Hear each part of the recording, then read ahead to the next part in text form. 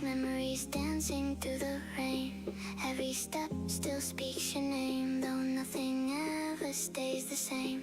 Your silhouette inside the glow, a place that only ghosts can know. Somewhere between the dark and dawn, I kept moving, you were gone.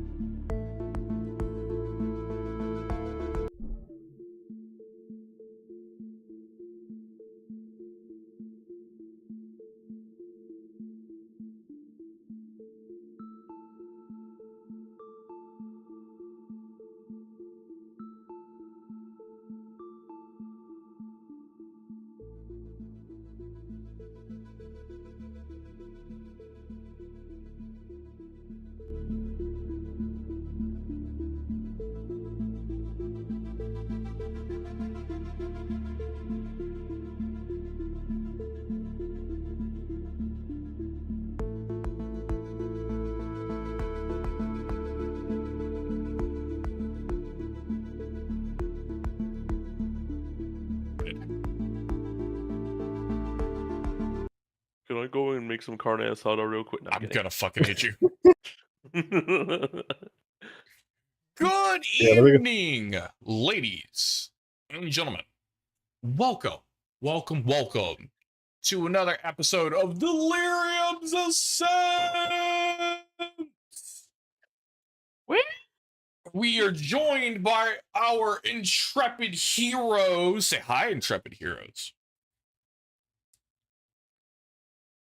I mean, say hello, assholes. Hey, there you go. That's the key. How's it going, everybody? It's me, the asshole. Hello, assholes. God damn it. Yeah, today we're joined once again by Kid, also known as Ivan Boyle, our local close quarters specialist fighter. You're a champion fighter, if I remember correctly. What's your subclass again? I am a champion fighter, yes. Yes. He's a melee champion fighter, and along with him, we have Jinzo, or Jin for short, playing Harvey C, our scrappy and kind of dour barbarian. What totem barbarian are you again? If I'm correct, I should be primal, I think. Primal totem? Yeah. Okay, gotcha. Yeah, primal totem barbarian. Of Or, course, myself, I think it's like Axel, berserker or some shit. yeah, something like that. I'm your god. Yep. I'm your DM. Hello. I have no god. You have me, and that's the problem. This is why I left the church. I was just about to quote the Machine King, the frickin' "How dare you? You have created me in your image, and you have made a very angry god." I'm a very angry You've boy. made a cruel god. Thank you. That's the quote I was looking for.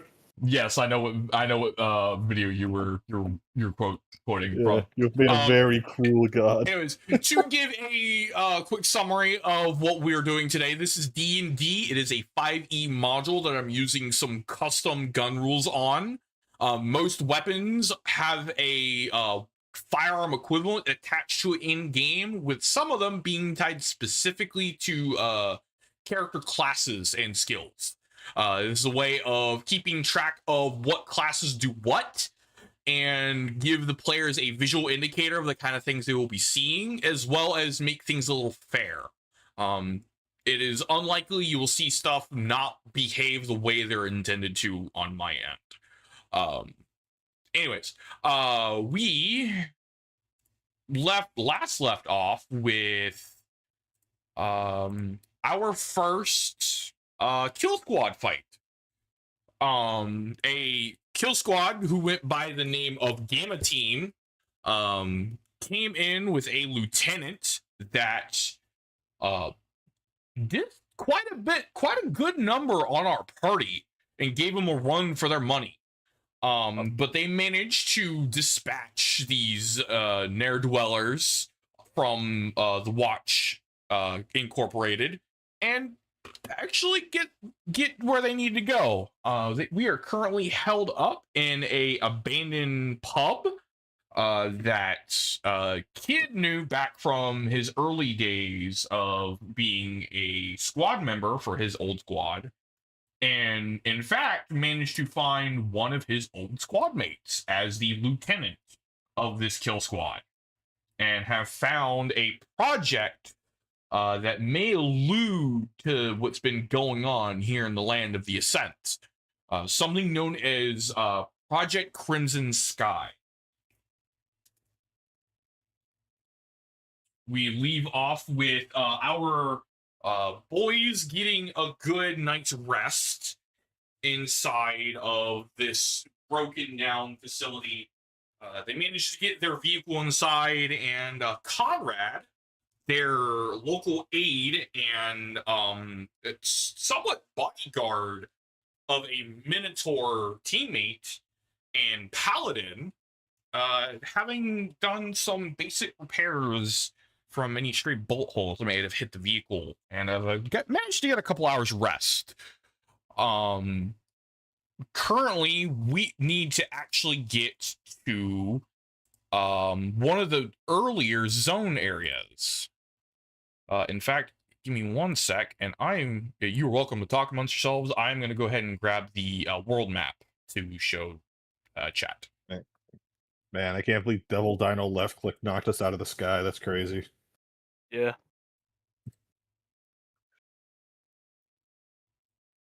I do want to clarify to the chat. We did not get our shit rocked. My PTSD kicked in, and Jin got his fucking shit rocked. This is Listen, very true.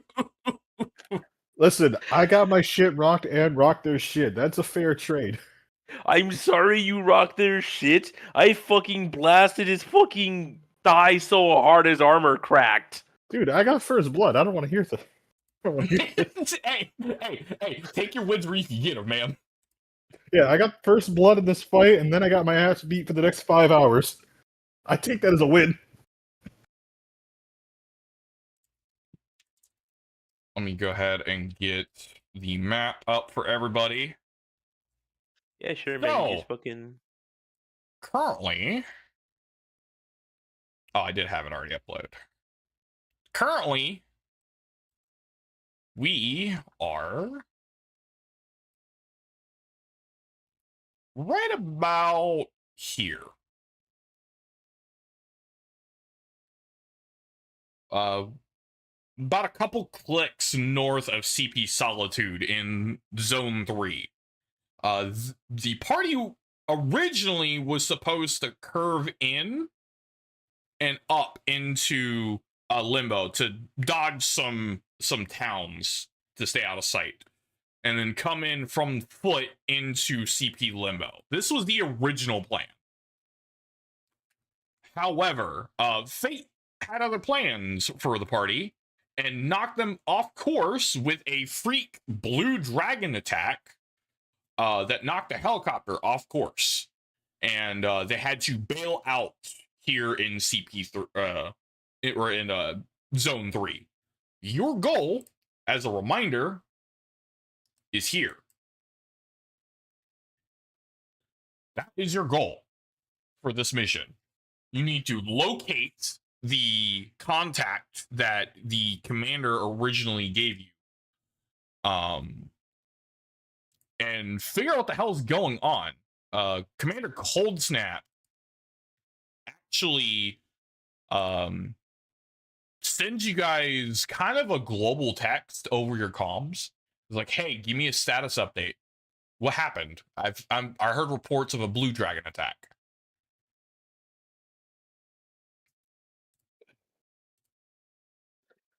Yeah, heard that report correct.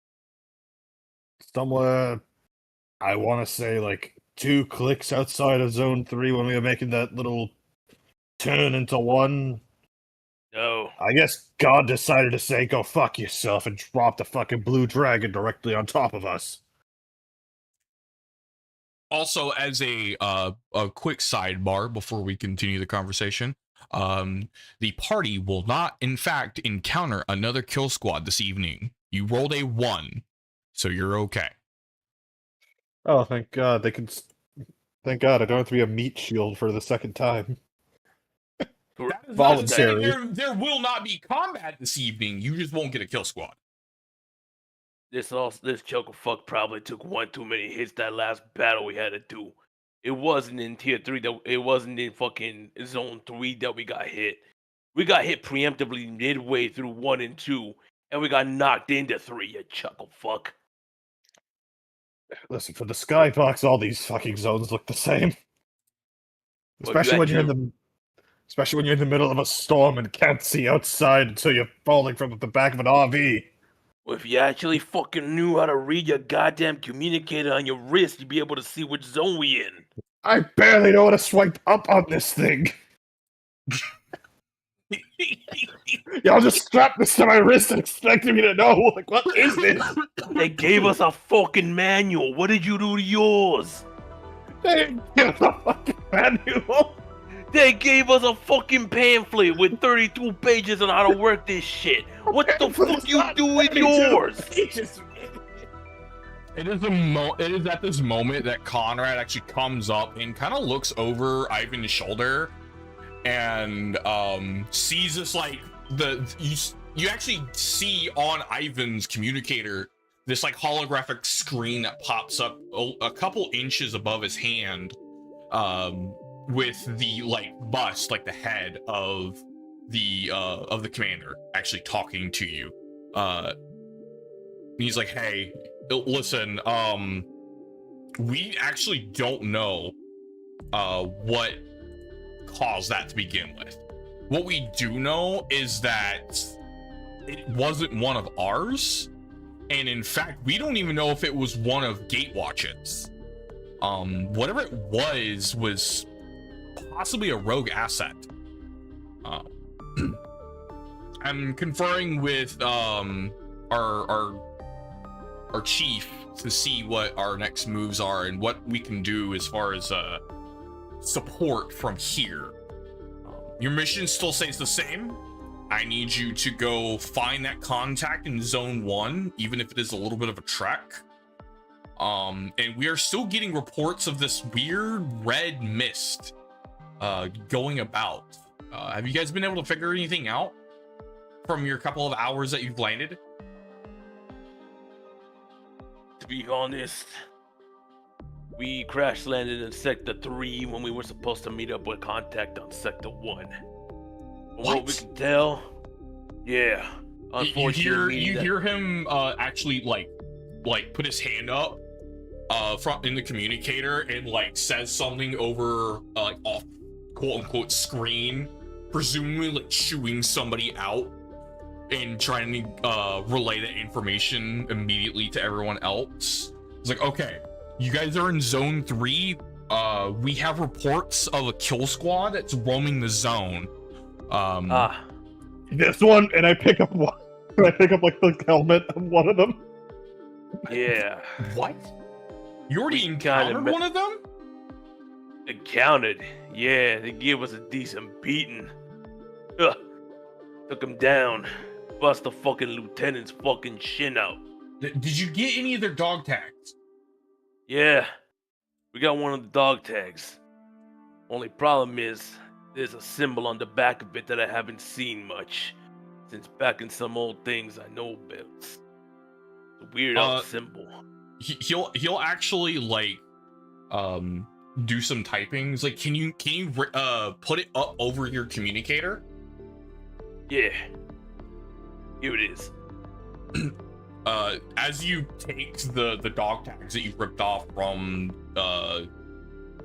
this lieutenant that you managed to kill only a couple hours ago, the black area of your comms seem to open up a little bit and then like digitize the dog tags before your very eyes and seem to disappear. And then reappear in the hologram that kind of drops out of midair to him, and he takes a look at him.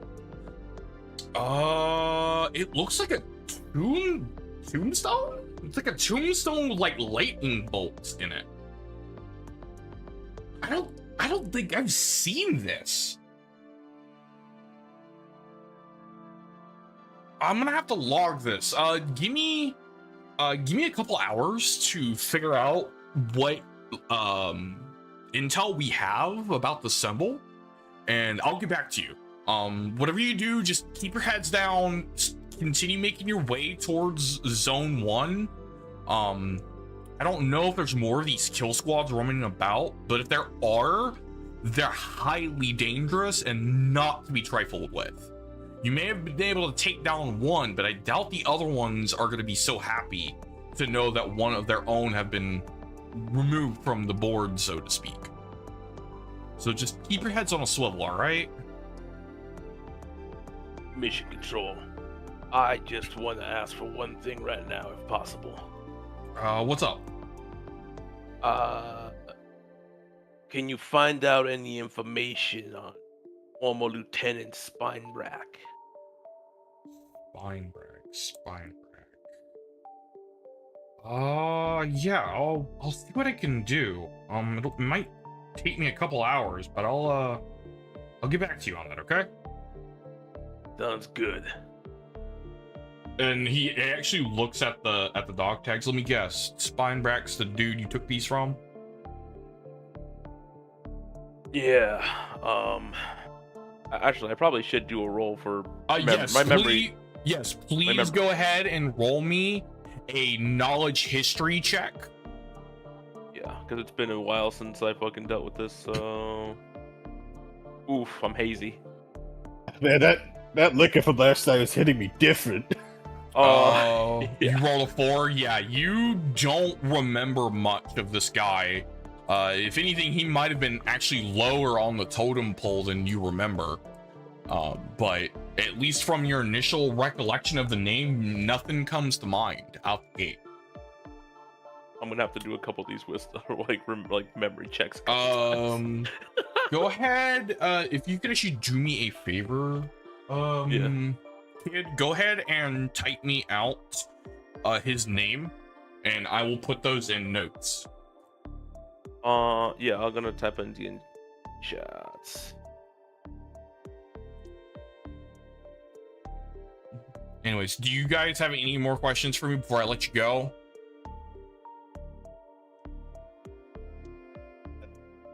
Probably not, right?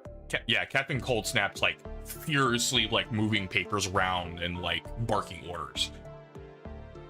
For now, just contact our rendezvous agent and let him know that we're probably gonna be a little bit late.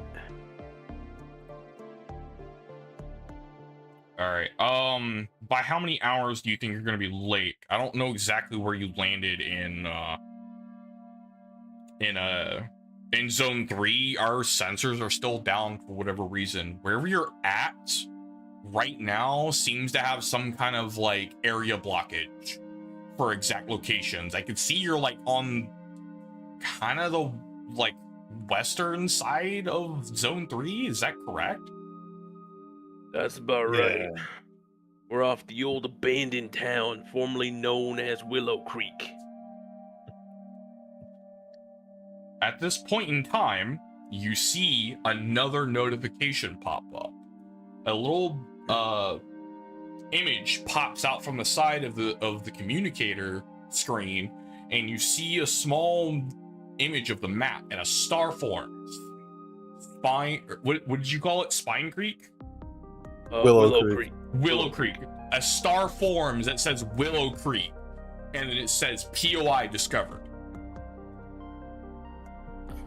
Oh, sick. We unlocked fast travel. Holy crap. Well, at least we got it marked on the map now. All right, I got a lot of work to do with this information. Thank you so much so far. Conrad, I need you to execute Protocol 12. Your vehicle will now have access to emergency evasive maneuvers in case something bad happens. Gentlemen, I will let him describe what Protocol 12 is. I will allow a little more classified information to be allowed to. I will upgrade your classification level to level, and it goes in descending order. You're going from 8 to 7. So we're gonna give you a little more intel and a little more access. I think that will be beneficial now that we know kind of what we're dealing with, and you guys got there safely. I didn't want to give you guys anything concrete until I had more information. But I think I can leverage the higher ups to give you some more access. And with that, he salutes you, and then the communicator closes, and you're just left with this map, which then, now it's in focus, enlarges into your palm. All right. Let's see. West side of. We actually got some 3 here. Head more northeast. We should be able to reach at least the starting wall, dividing 2 and 3. What time is it? Morning. When you look at your system clock, it actually shows you to be about 7:30, 7:45 in the morning. Early, eh? We should be able to reach the wall by just about 3 o'clock in the afternoon. Half day. Ivan, I believe we might be able to make it there a little quicker. The parts of this particular vehicle are a little, how should I say, cool, as the kids would say. That's very peachy. The Minotaur kind of pops up, and then actually goes around to the side of the buggy, and as he does, he opens the passenger door and then types in on the computer console that like kind of pops out the passenger side, and he types into it, Protocol 12 active, unlocking fast travel system, unlocking emergency escape hatch, escape tunnels are now available. So, you remember what I said that I've been working on a little pet project besides the Thunderbird? Yeah. This is Project 12, also known as the Tunnel Runner. It has a couple neat little features. You've probably seen in the early days of Ascent people using different forms of magic and different forms of alternative movement around the Ascent zone. Stuff like Dimension Door and, you know, making things like Mordenkainen's Magnificent Mansion, instant fortresses, stuff like that. This little baby has something called a long-range DD, or Dimension Door. They essentially can make short-range tunnels between locations we have previously ventured. I just place a little terminal down somewhere inside the location, lock it into its place and link it to the satellite systems, and we can come back to it anytime. But additionally, what this allows is a form of all-terrain locomotion, meaning mountains, heavy terrain, even downed vehicles will not be much of an issue for this particular buggy. The wheels are a bit special, so to speak.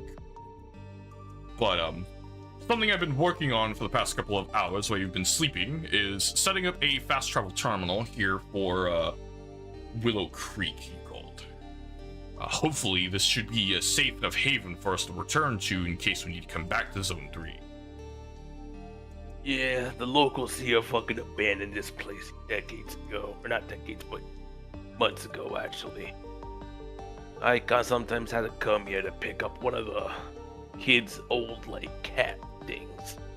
I called it a thing because it was mutated as something else besides a cat. It was its pet. But it always ran to this town for whatever. I see. Yeah, well, it sounds like this will be a good staging location at the very least. These terminals, I call them terminals, but they're more like little pucks.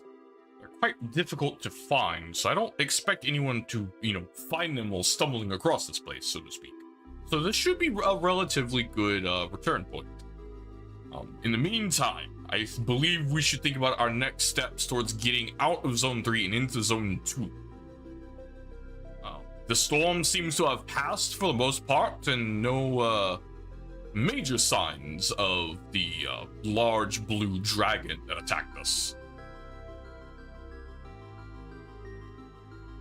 Do you concur? Yeah. We got two choices, though. We got one, going through the smoothened road here. It's a bit more of a longer haul to actually get to where we need to go. Or Conrad will actually pull out a copy of the map. And actually, let me go ahead and remove this from room. I'm going to use this map. I don't like duplicates. So, show party. Okay. So yeah, as a reminder, CP saw Solitude is below you guys, which would move into Zone 4. And you're about a couple clicks north of CP Solitude, almost a straight shot. If you moved up this way without any distractions, it should take you an average of 4 hours. We get there by around 11:50. Correct. And that actually, it gives you a pretty good gauge on how most of the earlier zones will do as far as travel time. There's not a whole lot of debris and like topology changes that would heavily hamper your movement here. At least in CP3, it looks like kind of deserty, almost like Sahara, but like with a lot of like sprouts of trees and like little towns that have been either abandoned or just barely hanging on. There's enough spots of cover that you could like hide in if you really needed to, kind of like an oasis. But there's plenty of like empty ground to make travel along CP3 like fairly quick.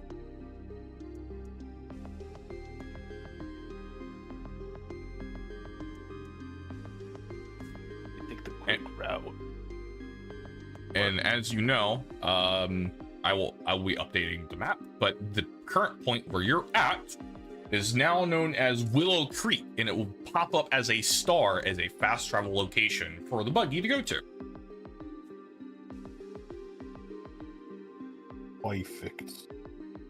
Perfect. And Conrad actually popped up and chime in again. Just as a reminder, this fast travel system, I mean, it's probably the best thing to call it, to be honest, is more of it just like a one-way tunnel. You can't really cancel it. Once you are going somewhere, you are going there, and it requires quite a bit of power. So there is a bit of a cooldown between jumps.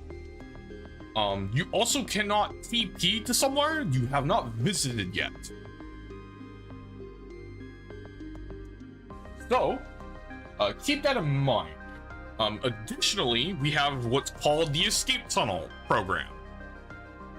You can activate this at any time, but it takes quite a bit longer to recharge and can be interrupted if you're not careful. And this is the DM now speaking. If you want to think of anything, you can think of it like XCOM's extraction system. What will happen is you can initiate the escape tunnel, and a portal will appear within 10 feet of the person who initiates it. You have to call it, you have to confirm it, and once it is confirmed, it cannot be canceled. It is a there is a no refund, no return policy. Once the portal appears, you have 4 turns to enter it before reinforcements begin showing up. And yes, popping it will reveal you on the map. Meaning I will, every turn after turn 3 of you calling it, I will start rolling for reinforcements. They are designed to eventually kill you. Everyone must be in this for it to succeed. Meaning if somebody is down, you will need to stabilize them first. That is my requirement. They must be at least stable. Alright, Conrad's gonna have to be glued to fucking Harvey over here at all times. Got it.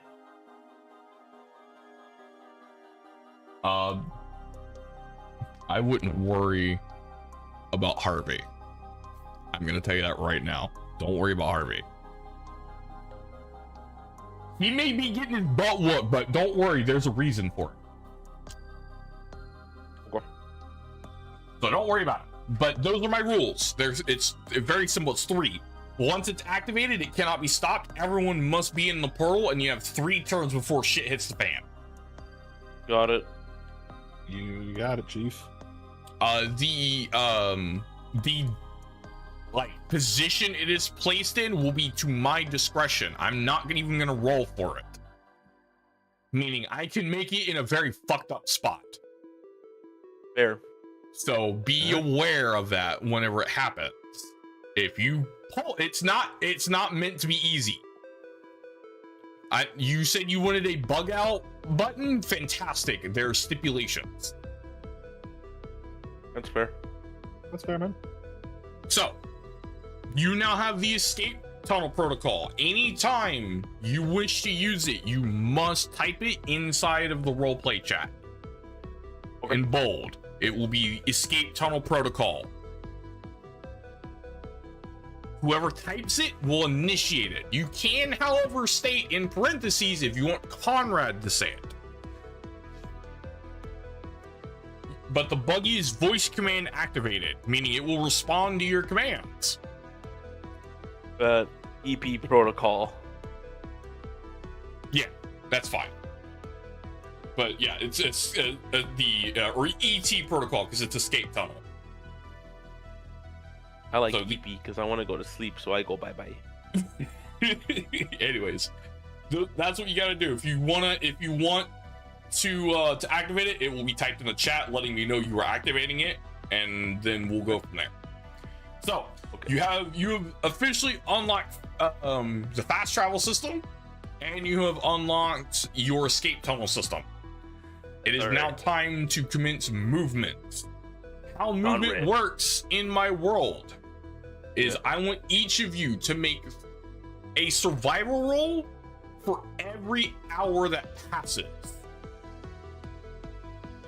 So in this case, it is 4 rolls from the both of you. And these are D20 rolls, and I want you to roll for survival. So 13 plus 4, 17. So you succeed the 11. first one, 11. fail the second one. Unnatural 20. Yep, you succeed the third one, And another unnatural 20. and you succeed the fourth one. Okay. So I have Harvey's. I have 1 fail, 3 successes. It doesn't matter the order in which they happen. I will divvy them out as a total. All right. So 15. you pass first one. DC's 15. 15. That's 2. 20. God damn. All right. That's 3. One more. 1 more. 15. All right. You full pass. Guess having all this wisdom does help. I'm gonna do straight rolls IRL for Conrad because I don't feel like pulling up this fucking sheet. Alright. So, because I know about what his survival is.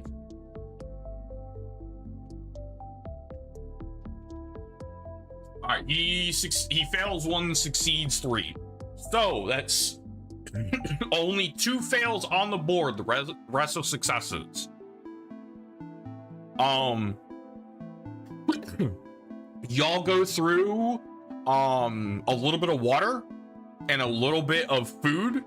I would like you each to mark down that you have 1 less day's worth of ration for the each of you.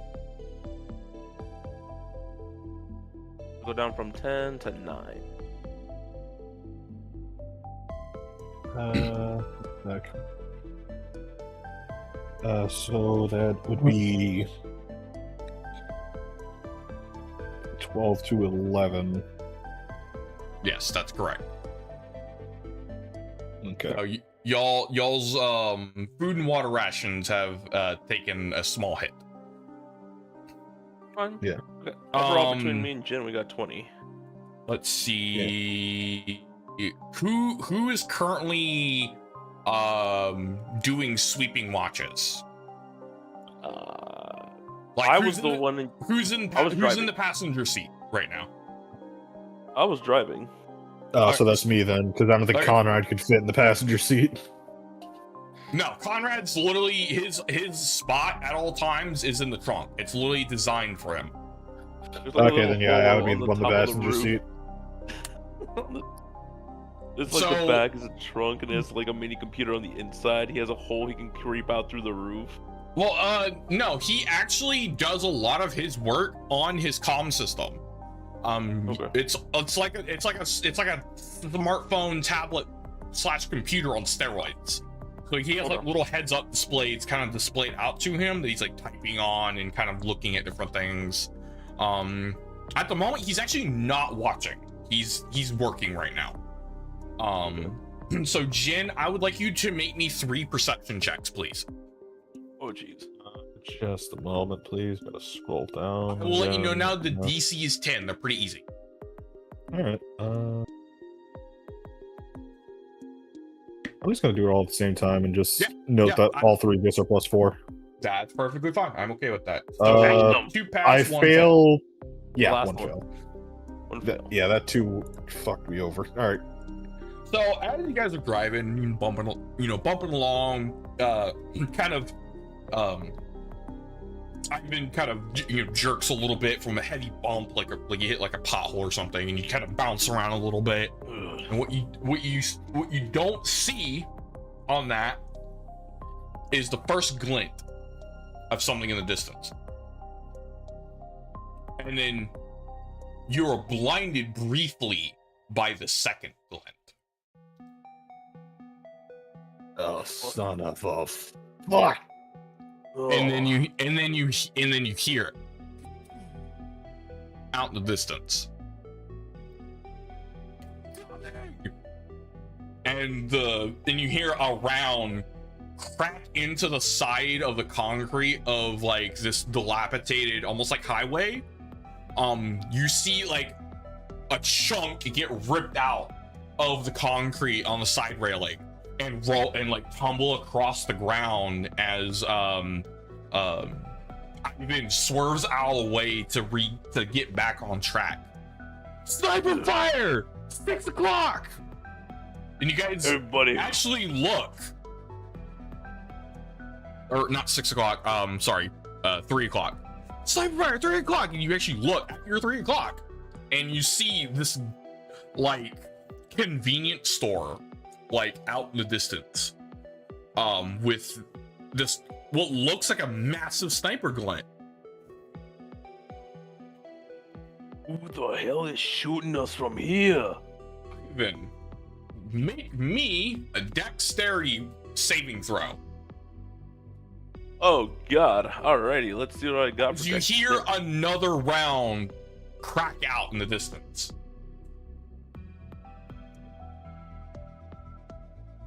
Then Do you not have them off fire?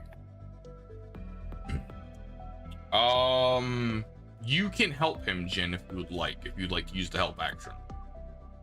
Yeah, I'll go ahead and do that because I had no idea I even had no dex modifiers. Give me a dice Yeah. roll, brother.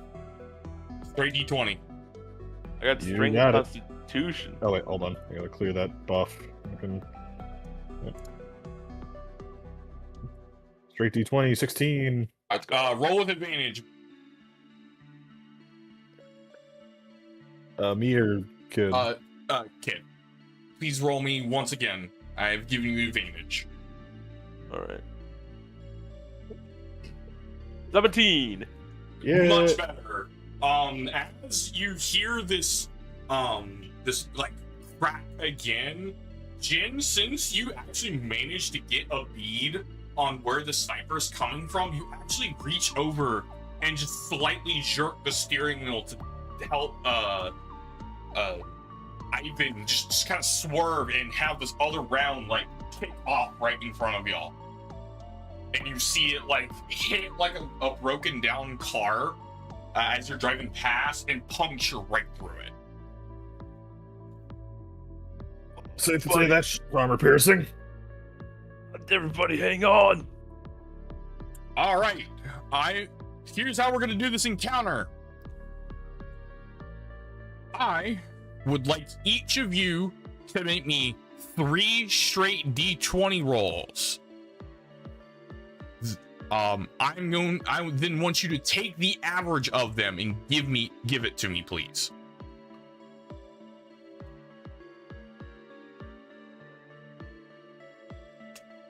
Ooh, okay. Just a sec, please. I gotta.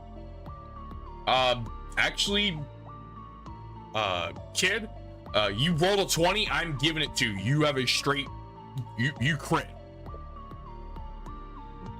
Okay, what am I critting here? What am I doing? I will not require you to make intelligence rolls as you guys are getting shot at for fear.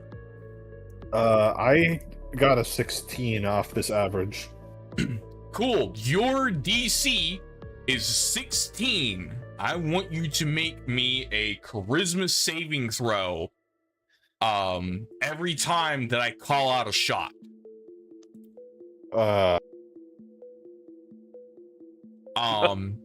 Base charisma, eh? Conrad at the moment has now kind of pulled up like a little bike, it almost looks like a sniper stand, like a hunter stand to set his rifle on, and he's like messing with a scope, and he's like dialing it in. I need you to keep the car still. I'll see if I can't take him out while you're driving. You bet. I was the best driver in my training camp. Jin, in this case, you will be acting as navigator.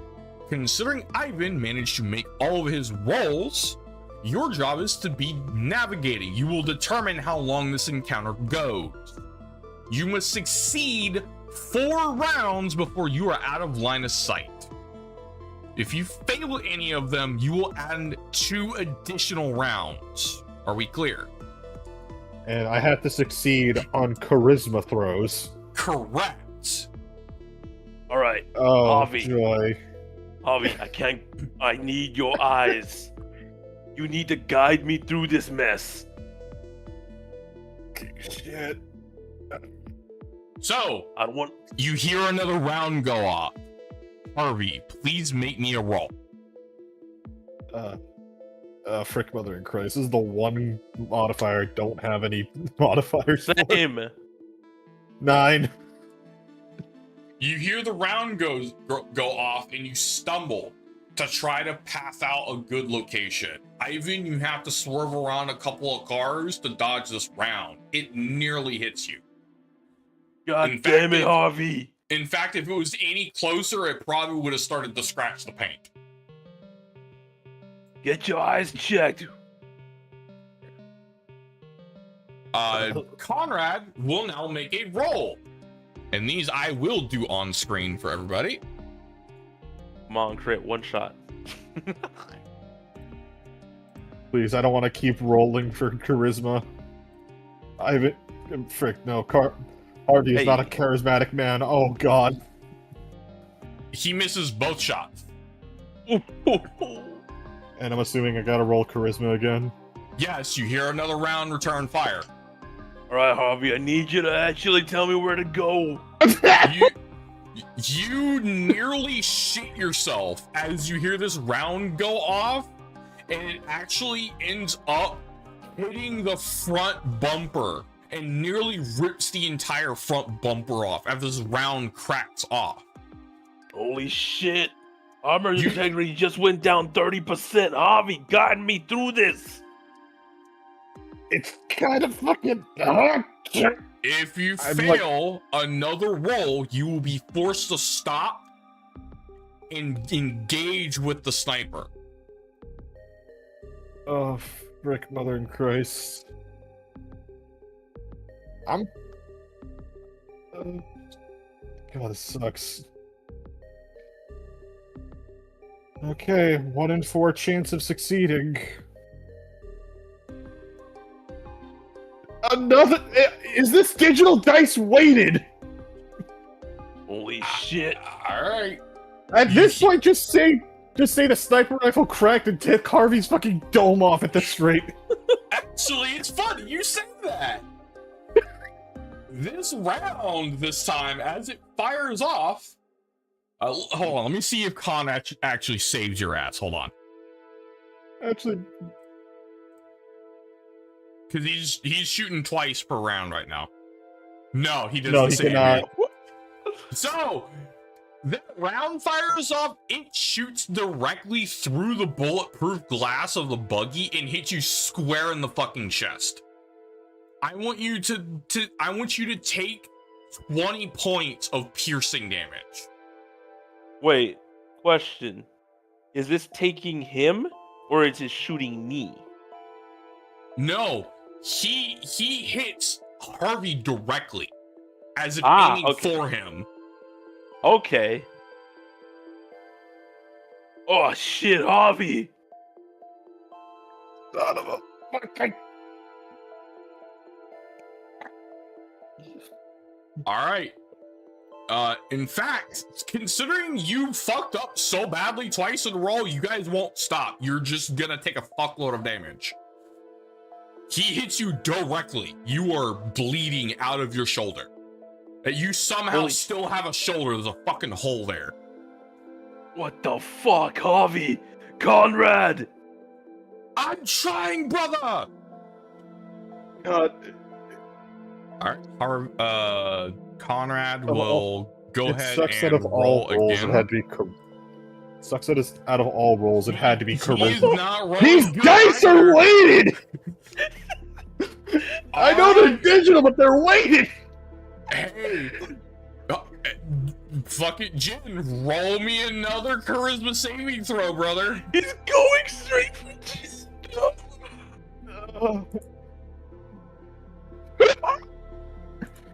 Roll It's technically- it with advantage because he actually broke the fucking bulletproof glass. Can I roll for a save? I might have been able to swerve to actually throw the bullet off. You know what? At this point, you have stopped trying to rely on Harvey for getting around. Ivan, I'm now making you roll athletics checks.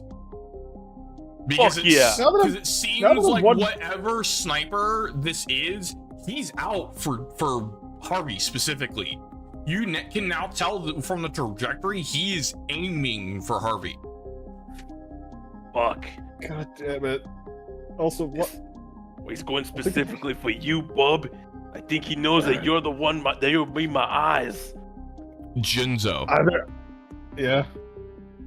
If he succeeds, he will reduce the damage of the sniper rounds.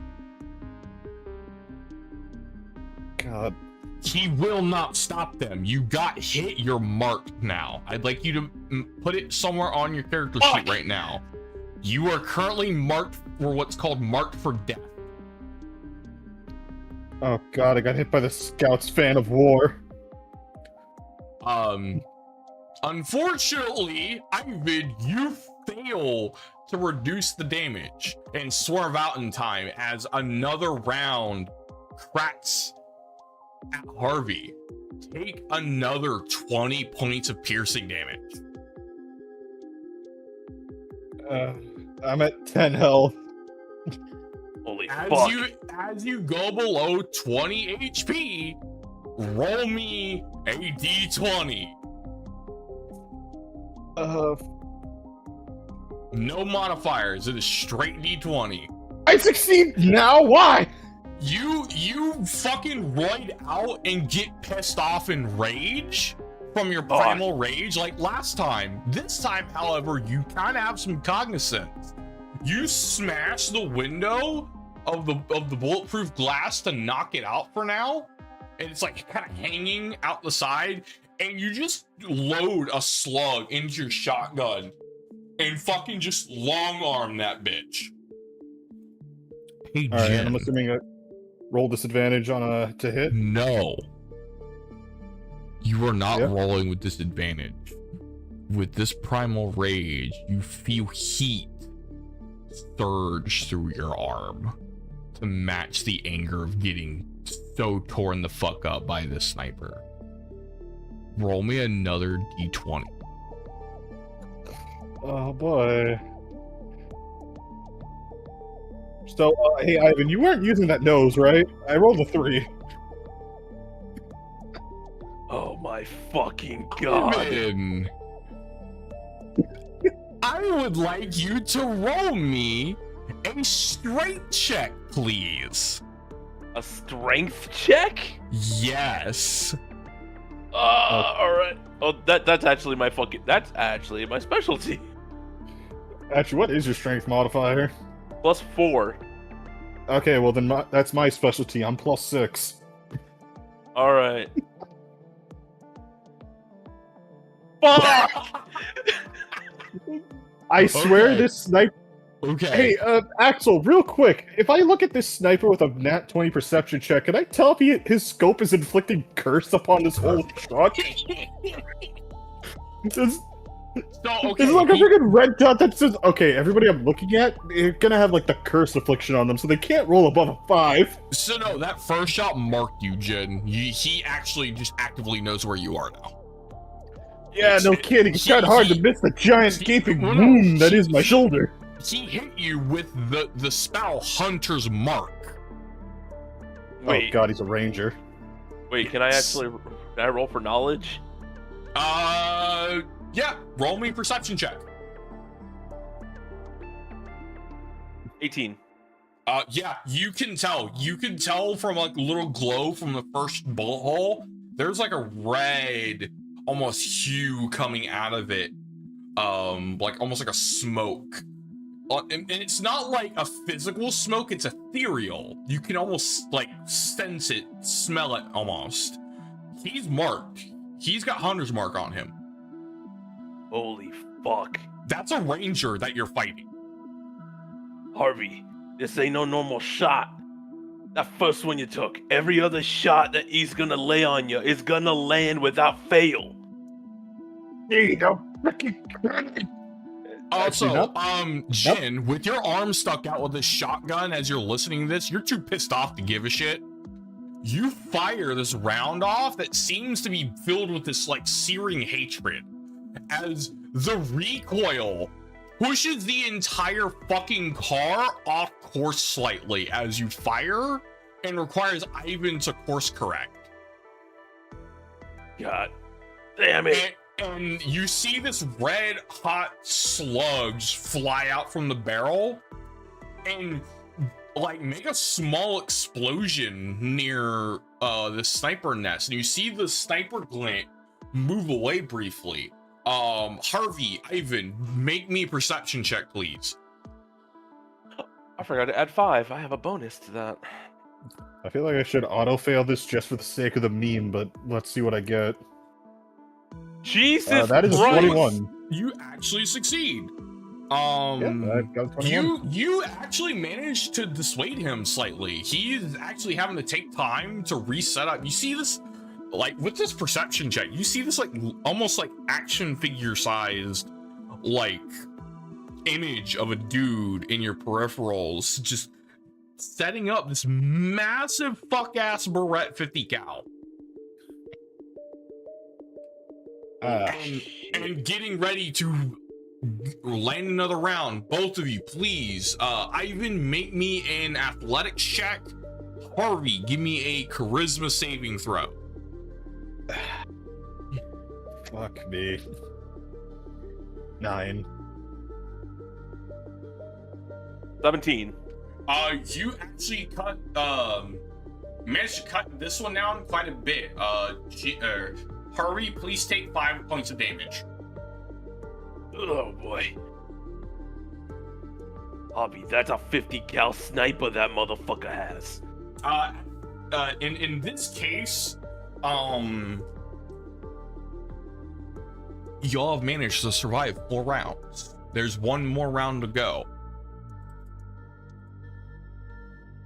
Conrad finally manages to get a fucking shot off.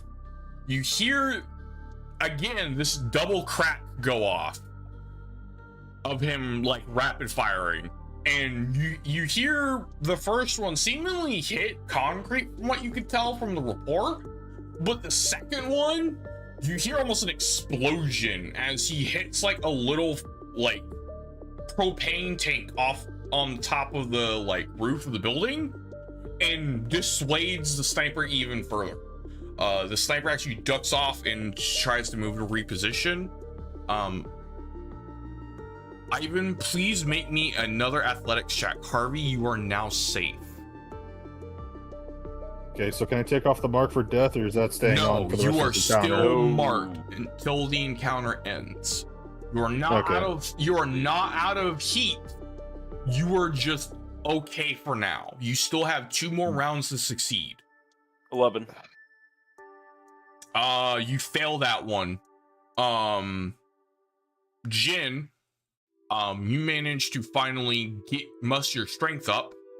As Harvey seems to kind of let the anger and the rage of your berserker primal energy take hold, but you seem to keep control, and you manage to point out a path for you guys to take. Ivan, please make 2 more please make me 2 more rolls. You will be making this last roll with advantage. Athletics or Yes, athletics. Okay. Because you're basically weaving between broken down vehicles. 2 rolls. All right. 13 and 12. I will give that one to you. Your 13. DC was in fact 13. All right. Swim through this. So you managed to finally break through this this little escapade. You don't know what that sniper was, but it wanted Harvey. This wasn't just I'm gonna take out a bunch of dudes like a bandit. This was targeted. Someone knows you're here, and they're not happy about it.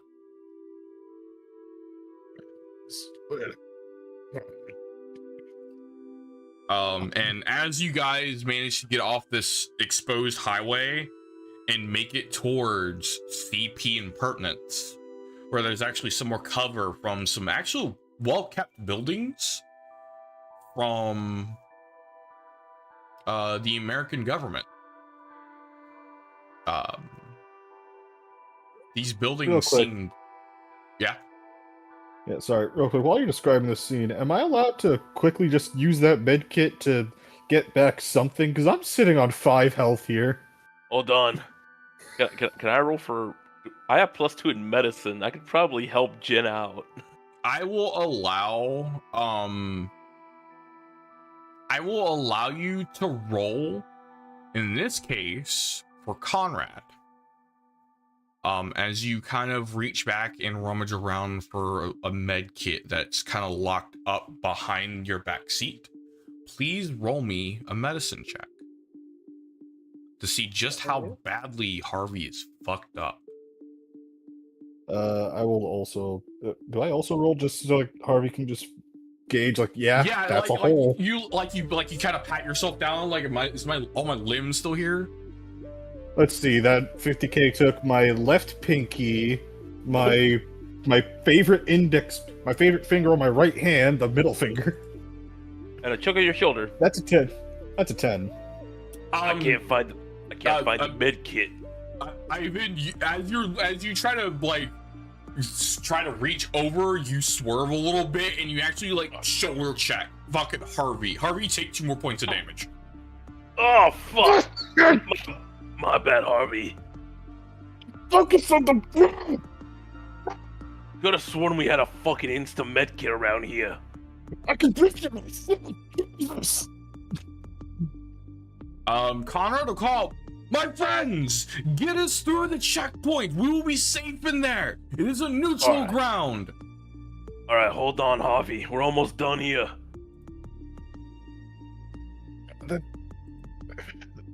Snipers, either the lousiest shot or intentionally made this fucking hurt. You notice actually, Ivan, as you're driving, and the more hurt Harvey seems to get, the more pissed off he seems. And we're not talking like, oh, I got shot kind of pissed off. This is very much his eyes are starting to glow a little red. Honestly, with the fact that I'm at 3 HP, I feel like at this point my eyes are just freaking glowing white and red at this point. Just white. No. Just pure white and red. You remember what happens with your perk. You're Yeah, I know, getting the honor- You're getting closer to 1 HP. You're right the fuck there. But not yet. Yeah, I feel like it's flickering between those 2 points. I'm not speaking out loud. I'm just gonna say it in my head. But this motherfucker, what the fuck's going on with him? Getting pissed off, but Roll me a medicine check. medicine check?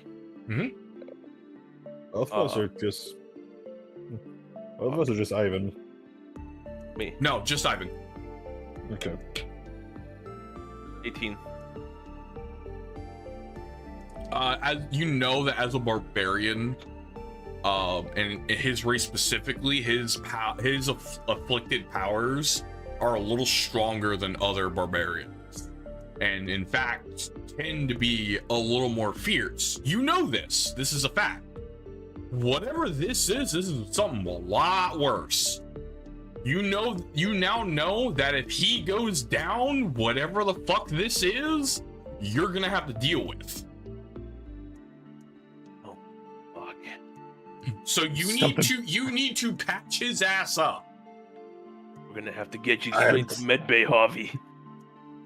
The hardest line I could ever drop when we get to the BBG. It's like, why aren't you dead? You're an enraged barbarian. You should be dead. I'm something far worse than a barbarian and I'm something far worse than a barbarian or an orc. I'm from New Jersey.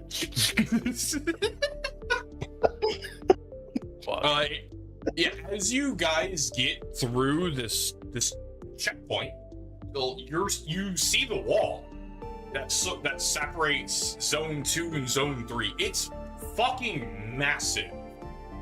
You've seen it while driving along, but this isn't like, it's kind of like a large skyscraper size. No, my good sir. This is like the size of like a massive office like building. It's tall as fuck, probably like 40 or 50 stories up. But what you can see is that there's this like opening that's been built out that's like a checkpoint you drive through, and it's not manned, however, but it's got like rest points and like restrooms, and it seems almost more like a truck stop, if anything. Okay, we're on the way here. The fuck are the guards?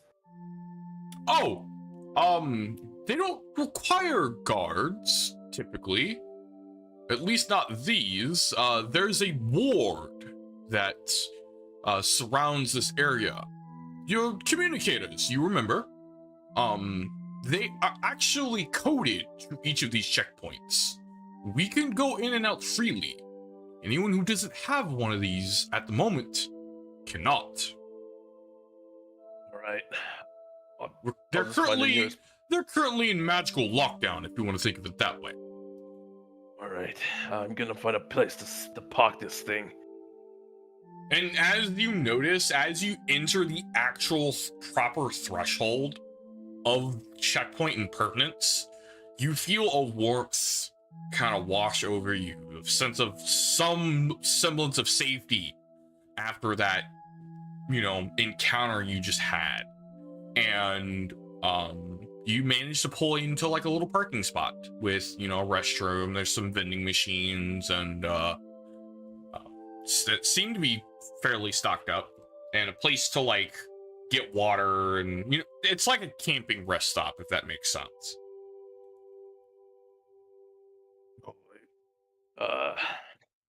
Conrad, you want to take him to medbay? He looks pretty bad for wear to be able to even walk by himself. Unfortunately, Shot in the chest, not the limb. Unfortunately, Ivan, there are no med bays in these checkpoints. We're gonna have to do this medical procedure ourselves, unfortunately. Help me lift him up into the bathroom. I'll start getting some water.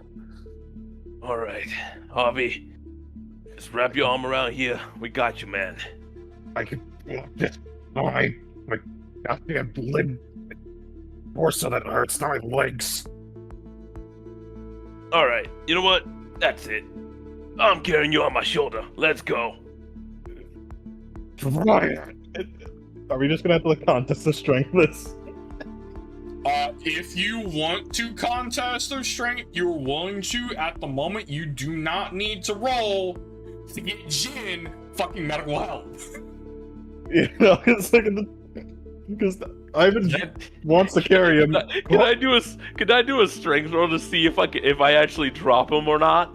No, that's what the contest is strength. No, Conrad is helping you lift up. All you need to do is help maneuver him. Conrad beats you with a 25. Yeah. You will not stop him from helping you. You are being helped. Do not resist. Do not resist. The doc says you're gonna take your medicine. You're gonna like it. All right. Here's a clear table. Let's put him right here, Conrad. He will help him up onto the table. And yeah, actually, now that Ivan calls it out, it's kind of weird, but it's literally like a table with runes on them. And there's like a first aid kit down below and a grimoire next to it.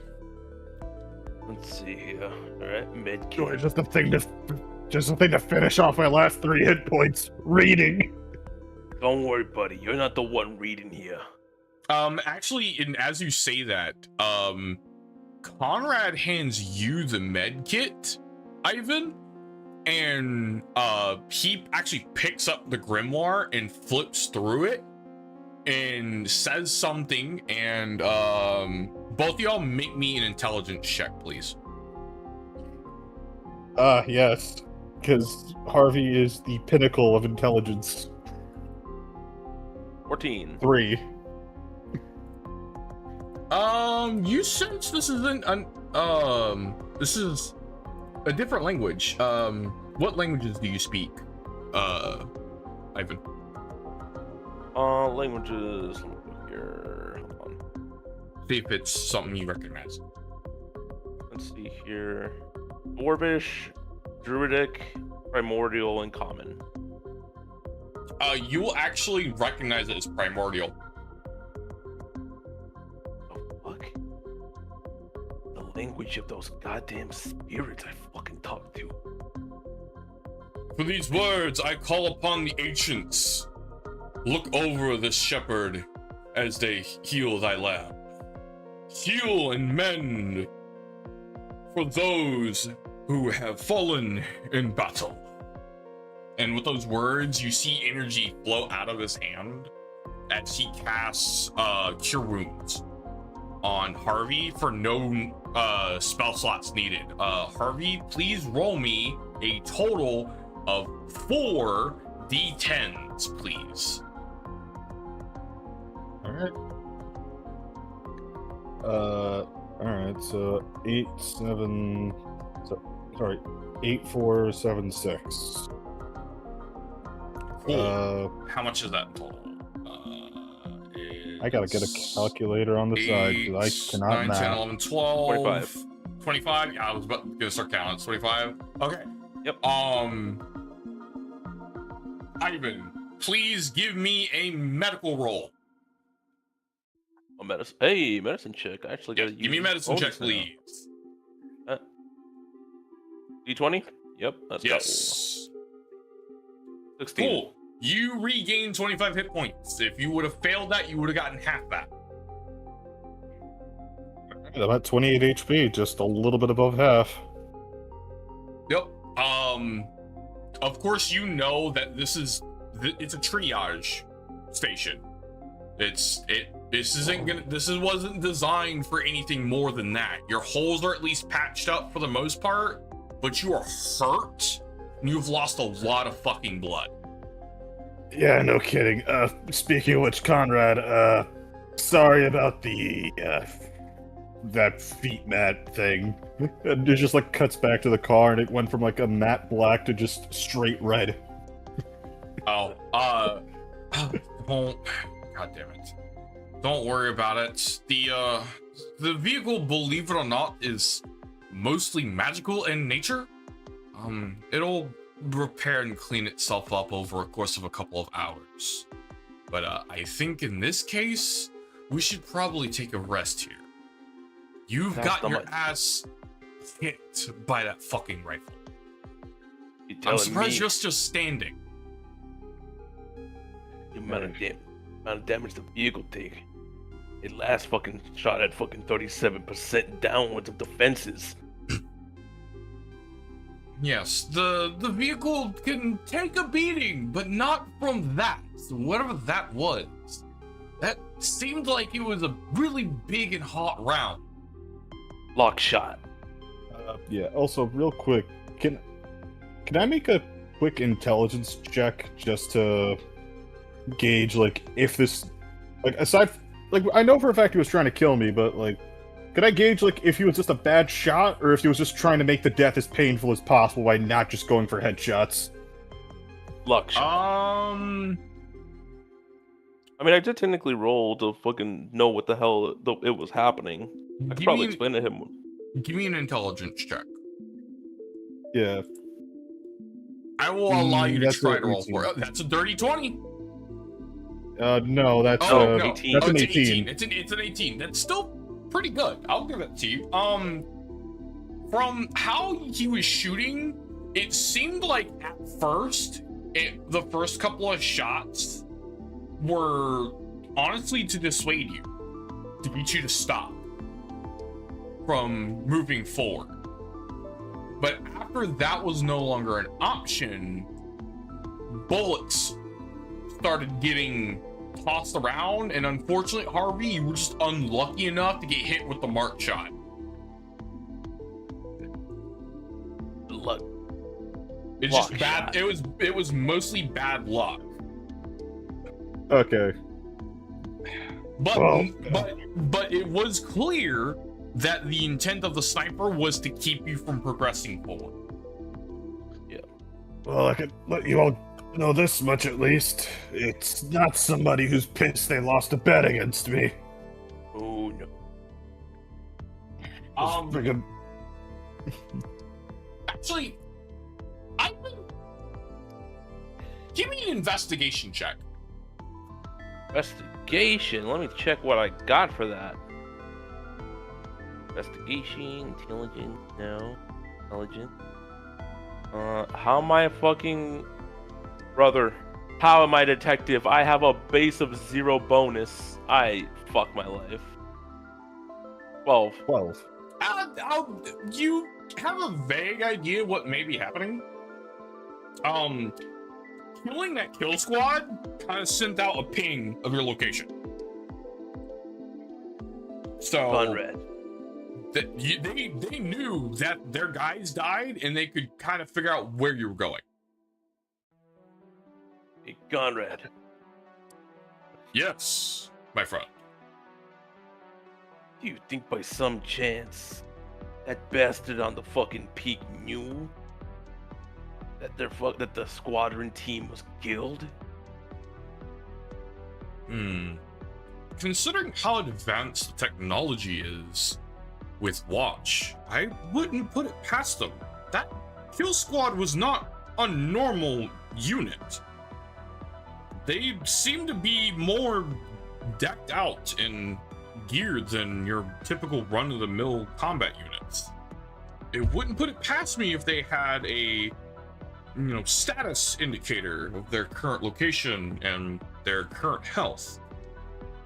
It's entirely possible that whenever we eliminated them, it sent out a ping to the other units.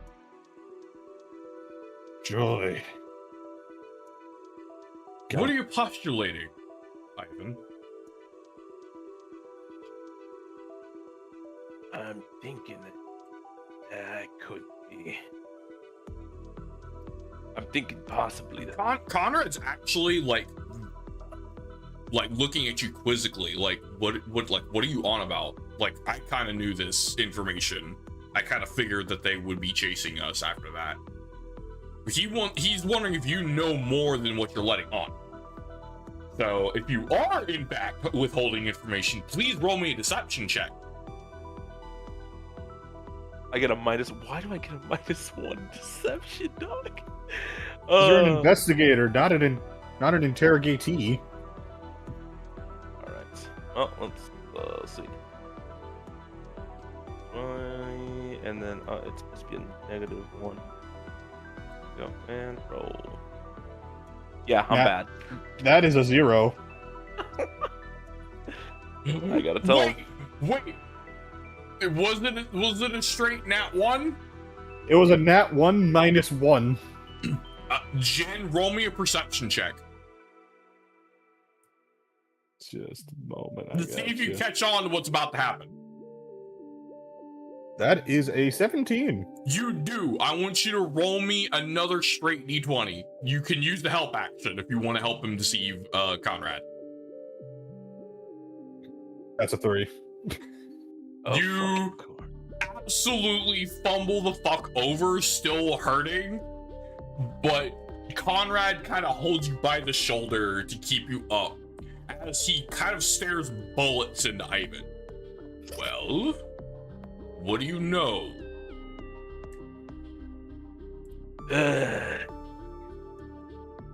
That assailant we dealt with. That's a patrol ranger. Those bastards are usually in a pack of 2, and they're usually dispatched once a lieutenant squad has been dealt with.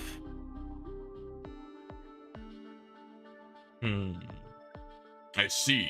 So, what you're saying is if we take down a lieutenant squad, we should expect... We get fucking JFK'd.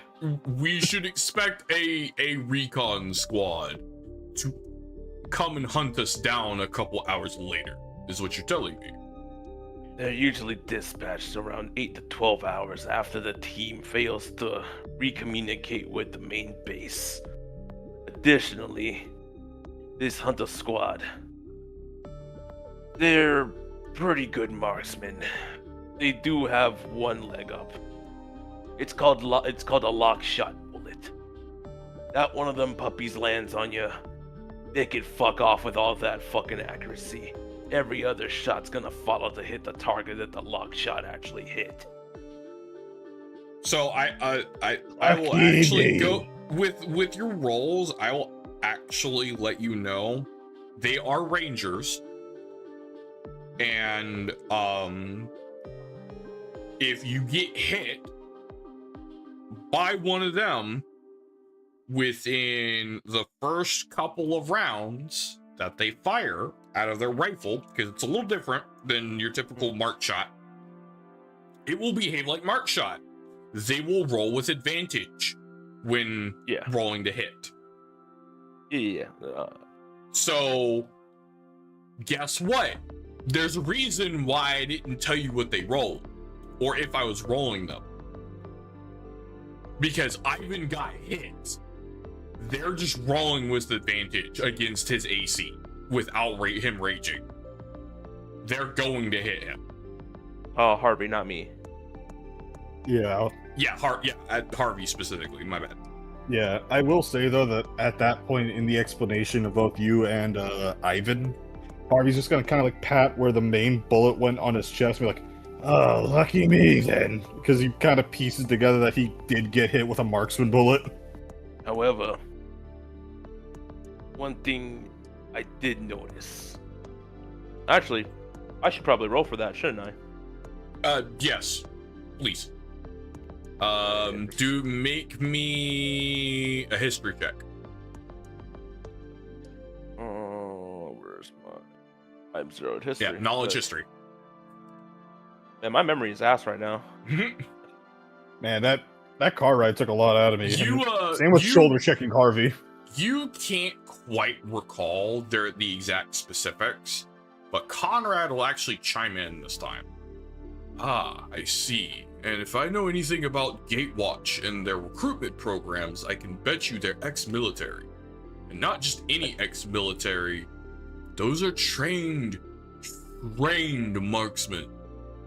Highly dedicated assassins to their craft.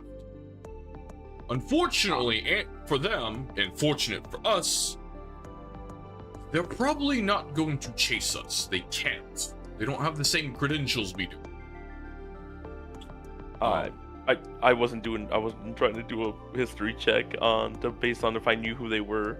I was going to base on if I noticed that the fact that they were hitting Jin instead of the driver. Oh, yeah. You don't know at all. Okay. Okay. Yeah, But considering my intelligence check from before, the only thing we have to go no, off is Jin knows during the fight that they were aiming for him. yeah. That is a factual statement, and of course, Jin, you can explain that to the party if you'd like, or you can withhold it because you're just so injured and pissed off. Yeah, I feel like Harvey might have pieced it together, but he's gonna phrase it in this specific light. Well, at the very least, son of a fuck, whoever they are, they either have a beef with me, or they aren't guys who bet it against me. Because everyone knows my saying of go straight for the head. These guys failed that at least 3 times.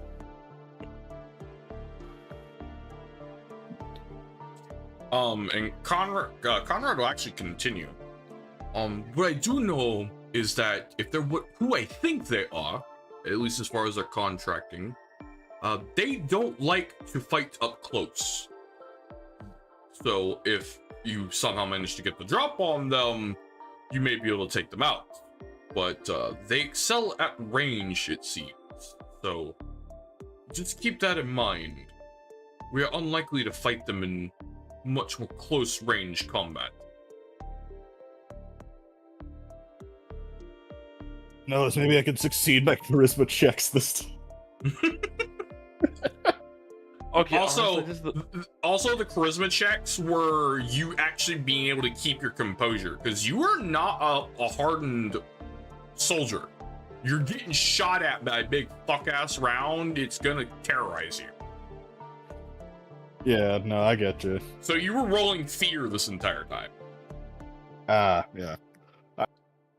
I was kind of rationalizing in my head as like freaking Harvey trying his best to actually find the words to say 50 clicks out south instead of just like, it's over there, you idiots! It's over. It's right over there! It's right there. It's over there. It's there, and the ridge over there. yeah, because You see, it's right there, past that green thing. yeah, because Harvey, that's a mountain of trees. Everything's green. Yeah, because I was assuming that the glass was being like bombarded by like sand and debris flying up to it, so I only had like a small radar that was like leading me to a cone shape straight in front of me, while Harvey was actually looking at a like 360-degree angle radar guiding me through this whole process. Yes, essentially. He had the actual like vehicle computer with him. He could actually have like gotten you a path out if he didn't fail his fucking rolls. Yeah, I swear, the digital dice get weighted the second I have to do anything without at least a +2 modifier. Anyways, you guys make it through into CP Impertinence. So you guys are now here. Would you like to take a long rest?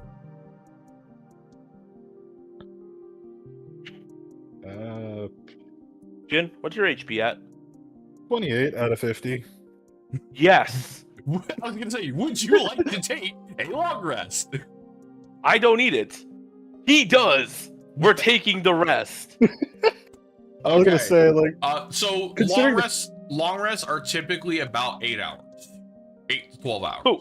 I was gonna say, like, can't I just do like a short rest instead of a long rest? Because I feel like Harvey just wants to get this mission done with at this point. You signed the contract. You will. You knew what you were getting into.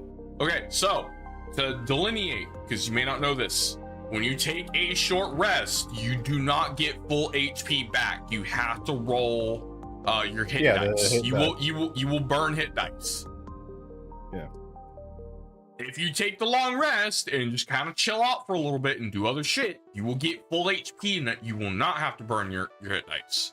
So that's up to you. Yeah, because How antsy is Harvey? How what? How antsy is Harvey? How badly does he just want to keep fucking moving? I would say, considering he's still somewhat pissed, has the remnants of at least 3 bullet wounds the size of golf. I don't actually probably bigger than golf balls. In all honesty, No, they're about golf ball size holes. oh, like even like before or after getting healed, are they the size of a golf ball? Oh, they're probably mostly healed up at this point, not completely. Like I said, they're like the physical. You're still hurting, like you're in pain. Like there may be a little bit of tissue damage, but the holes are closed up from that healing word that happened. But you're in severe pain, and you've lost a shitload of blood. Yeah, I feel like Harvey, being a stubborn jackass of a character, would probably want to just short rest it off and then just go from there. You could roll Although me a d20. 50-50, top end, he stays for a long rest. Low end, no, like what I was. Here you go. What I was gonna say is that, like, he's pissed off enough that he wants to make it a short rest. But if either of you guys want to just do like a quick D20 contest, like you can try to convince him to be like, Harvey, sit your ass down, sleep. Can I do a roll for animal handling? No, Ivan, if you say yes, I will have you and Conrad roll persuasion. Yeah, like, here, Like I said, I will allow it. Harvey, you will need to roll an opposed deception check. Alright, let me roll deception first so you guys can get. Okay, never mind. 15. Alright. That's a 9, so you guys win. We're taking a long rest. Listen here, man. Just to show you that he's doing it. He fails, Yeah, Ivan's a lot more. But no, Ivan got it. Yeah, Listen, Ivan's a lot more convincing. Listen. Let's just fucking move already. I don't want to. No. Shut your mouth for 1 second. Actually listen to me for once, knuckle fuck. You just took fucking sniper shots to the body. Not pistol, not 9mm, not fucking slugs. Sniper, 50 cals straight to the shoulder. You need time to recoup. We're in the safe zone. We can get some rest and see if we can get on comms to see what's going on. I hate to chime in at an inopportune moment. Comms do not work in checkpoints. What the hell? Due to the magic that surrounds them. We are safe, and we will not be pestered, but we cannot call outside. It's getting better here. At least it's set That to 2. has gotta be the stupidest fucking thing I've ever heard. You will know that, actually, no. Both of you make me an Arcana check. Oh, sweet. Just a flat one. Oh, wait, that's acrobatic shit. Yeah, make me an Arcana check. Jin, if your Arcana's too low, you are also welcome to make me a knowledge history check, whatever is highest for either of you. Oh. Okay, so history or Arcana. Correct. -1 for... Where's my history modifier? It doesn't matter. They're both -1. Okay. Yeah. And I rolled a 4 last time, so if You may also roll this with advantage because you are both from here.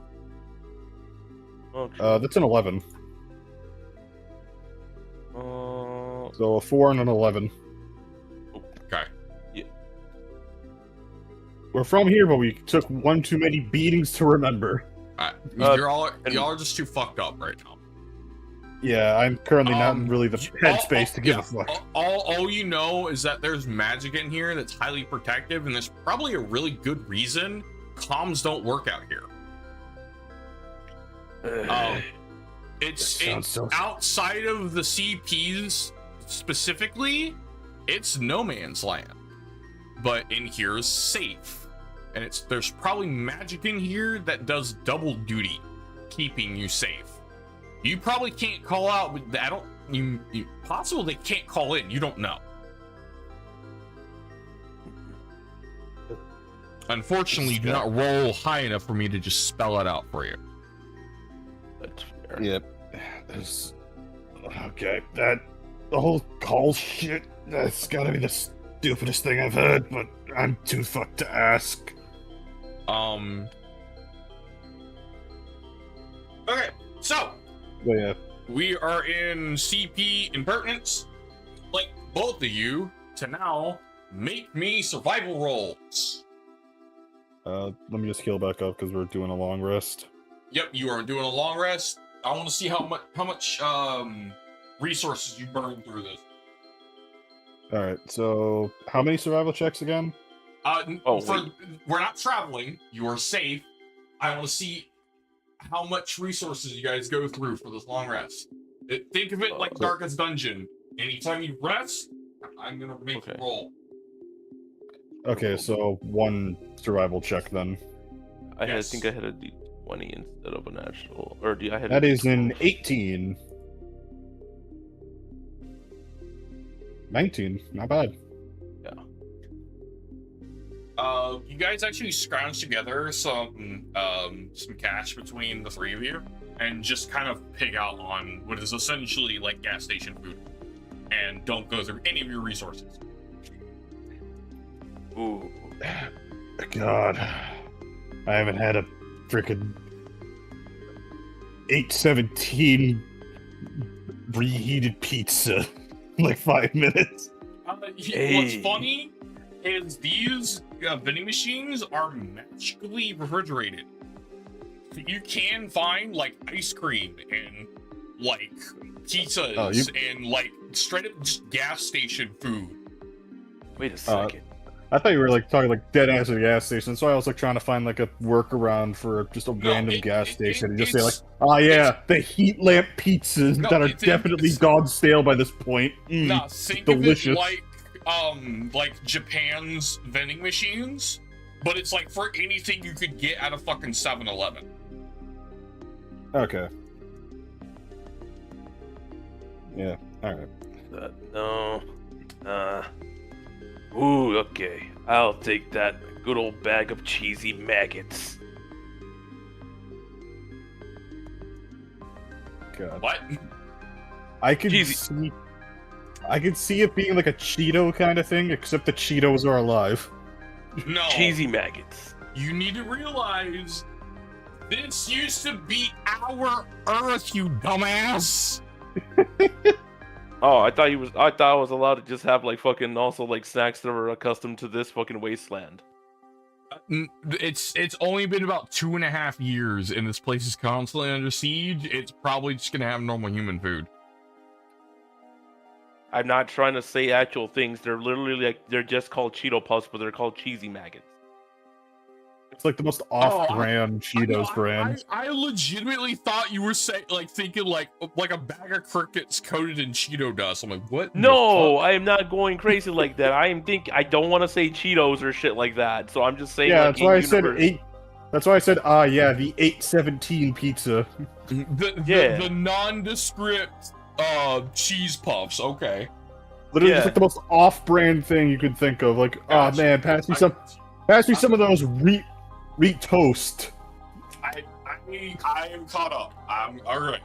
I got you. Yeah, it's a good old bag of cheesy son of a bitch. These are the pizza flavored ones. These are the worst ones. Sucks to suck, buddy. And I'm just like eating on a stale pizza because it's fucking gas station pizza. This pizza is actually like relatively fresh, surprisingly. Oh, damn! I actually got it on time. Normally, when I get these pizzas, they're like, as I said, in this, I will give this to you for free. They are fresh. They are magically kept fresh. Not all gas station foods rancid, Jin. Just information for that, man. No, I'm aware. It's just that, like, in Harvey's experience with like regular gas stations, he always goes in late, and it's always like the pizza that's been sitting there for like longer than it should have. I could just imagine Harvey biting into like the pizza as a whole and actually gets a cheese pull, and he's like, "The fuck? What is this? What's the cheese doing? What is this sorcery?" It's fresh pizza, you fuck. It's supposed to be like that. At a So- gas station? This ain't a gas station, you fuck. Anyways, y'all And he actually just points at the 817 logo. But, Don't think about it too hard, you're gonna burn out. you see Conrad actually like kind of shuffle over and kind of nudge Harvey out of the way, and he'll press a button, and then like the side will open up a little bit and dispense like a minotaur sized like popcorn chicken and french I'm fries gonna say, with a soda. I was about to say, does he get just a Minotaur size Slim Jim? it's not a Slim Jim to him. It's a big summer sausage. Ah, my No. favorite, a bratwurst. No. I want you to understand something because of his sheer fucking size. His size of popcorn chicken are like the size of like golf balls. Jesus. They're fucking huge. Those aren't chicken nuggets to you. Those are fucking chicken poppers. Jesus They're Christ. huge. And his steak What? fries are probably the size of like your fucking hand. They're huge. Oh my dear Lord. I can't believe we did it. We found the round meal. Oh my god. You breathe this. No, Conrad just kind of gives you this bullet-eyed look of like, you motherfucker, shut up. And just takes his food and kind of pops down Wait, and takes out like ketchup packets and like covers the top and just sits there and eats. can I do a stealth roll to see if I can actually snag one of his fucking chicken nibblers? Roll the stealth. No, Joke's sorry. on you, roll sleight of hand. That's not a stealth roll, that's sleight of hand. Bet I get a +2 modifier to it. He is Fuck gonna yeah. 15. No, he gets the roll against you. Damn, +5. 15. Yeah. Yeah, I'm Yes. sorry. You fucking steal one of his French fries. Yeah. No, I said chicken nibblers. Oh, so his popcorn chicken. Yeah, I snag one. And it's just like the fucking size of a fucking what would it be? A softball in my hands. Yeah, because you're a dwarf. It should be more like the size of an orange. Cantaloupe. No. For a dwarf at your size, it'd be the size of probably about like a large orange. Jesus That's Christ. I can't believe you got a sumo It's- orange in this economy. It's fucking huge. Juicy. But the thing is, it's perfectly breaded. It's actually decently juicy. It could use some sauce, but like it's fucking large. God damn. Lysin And lizard nug. what's crazy is when you eat some of it, it's not like the idea of like a ground up meat made into the form of a chicken nugget. No, this is like the equivalent of breast meat. Where the fuck they got chickens this size is beyond you. Lysin Kansas City. Lysin lizard nuggets got nothing on this. Do you share any with Harvey? Or are you just eating that shit yourself? The man's out here got a whole ass pizza. Not the entire thing. I got a slice. Nah, motherfucker, I could just see you grabbing the whole pie and just fucking chowing down. No, Harvey, I will go ahead and let you specify. Do you get a whole ass pizza or just Yeah. a slice? There is the option for both. That's No. what I said. I could just see you grabbing You know the whole pie. Actually, no. Roll me a d20 right the fuck now. Alright. You got it. Please. Nat 20, please. 19. Let's go.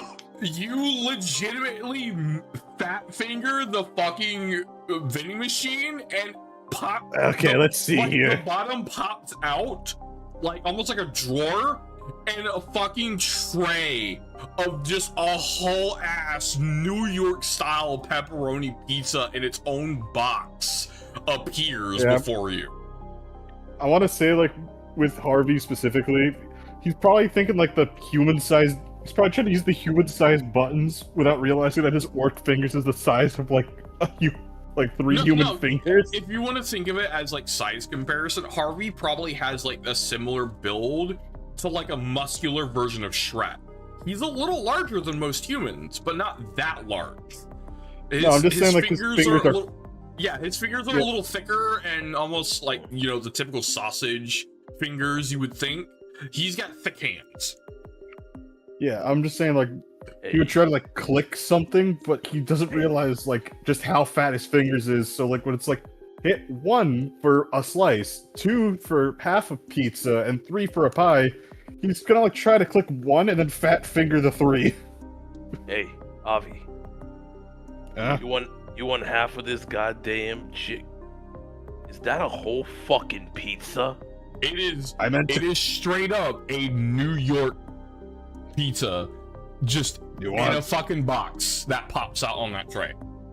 God damn it! I can't finish all this. Why'd you press the button? I clicked 1. Jeez, man. Fucking like. How do you even guys, say this? you guys attempt to get me drinks? Oh, hey, God. Conrad, you want a drink or something? I got a Coke, my guy.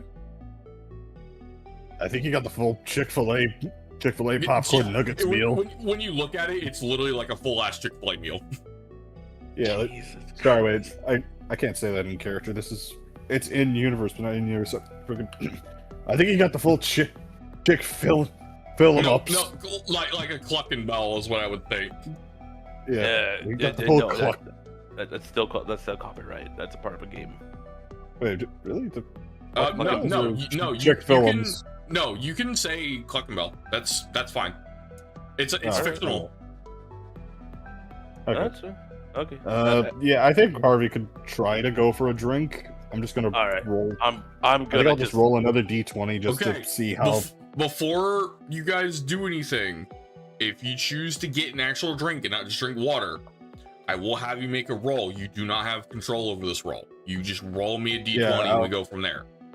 I was literally just about to do that. I was literally like, okay, let's see if Harvey fat fingers for like a Diet Coke and gets like 3 Pepsis. No, that's not why. All right, but I need you before you roll, I need you to specify. So you did specify you were rolling, you got a 15. Ivan, would you like to get a drink? I will tell you right now, it's nothing nefarious. I want to do a history check if possible first. Okay. No. Good night. Okay, I know what this machine is. Yeah, it's basically a decanter of endless meals. If you and not only that, the drinks specifically have different effects depending on who drinks it. And additionally, all meals that are consumed from this count as a full day's worth of caloric intake. I see what it's basically a magical MRE dispenser.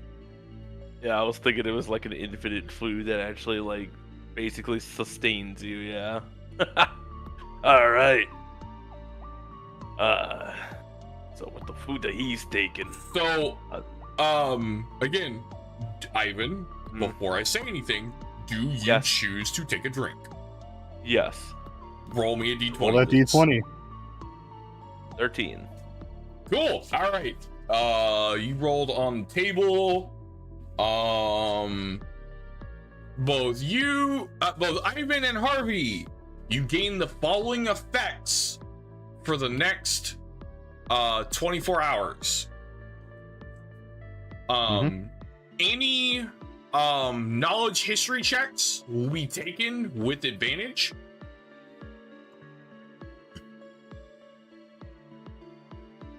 and Yep. you cannot be surprised by non-humanoid creatures. Hey. Oh hell? This drink. It tastes like the equivalent of like Diet Dr. Kelp. no, actually, it actually tastes like grape soda. Like I fucking hate grape soda. it's grape soda. I'm sorry. You rolled on the table. It literally says here, Enchantress grape soda. Fuck my life. Out of- What's Out my of curiosity, chips? what would? Out of curiosity, just because I feel like that's gonna be my next roll, what would have happened if I got less than a 5? I'm not gonna tell you. Okay. That would ruin the fun, sir. Remember, Jin, we got multiple different sectors with multiple different gates. Yeah, correct.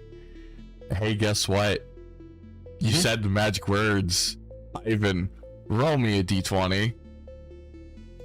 Oh, fuck me. Roll me a history check. Guess what? You can do this with advantage. Remind me what advantages?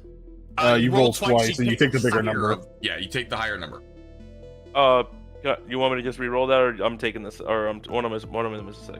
Please, if you're going, anytime I ask for advantage or disadvantage, please roll both dice at the same time. Okay, so this will be it. Yeah. All right, let's see what we got here. That is a 19. 19. That's a crit. Remember, you only crit in combat. It does Says not. you. No. My IQ is high enough to crit outside of combat. I'm doing the baby fucking gun things to my head. Let's go. Hold on, wait. Let's go. Ivan gets the 19. He looks to Harvey. Hold on, Harvey. I need to make this a crit. You mind punching me in the face? All right. Hold on. All right. I rolled.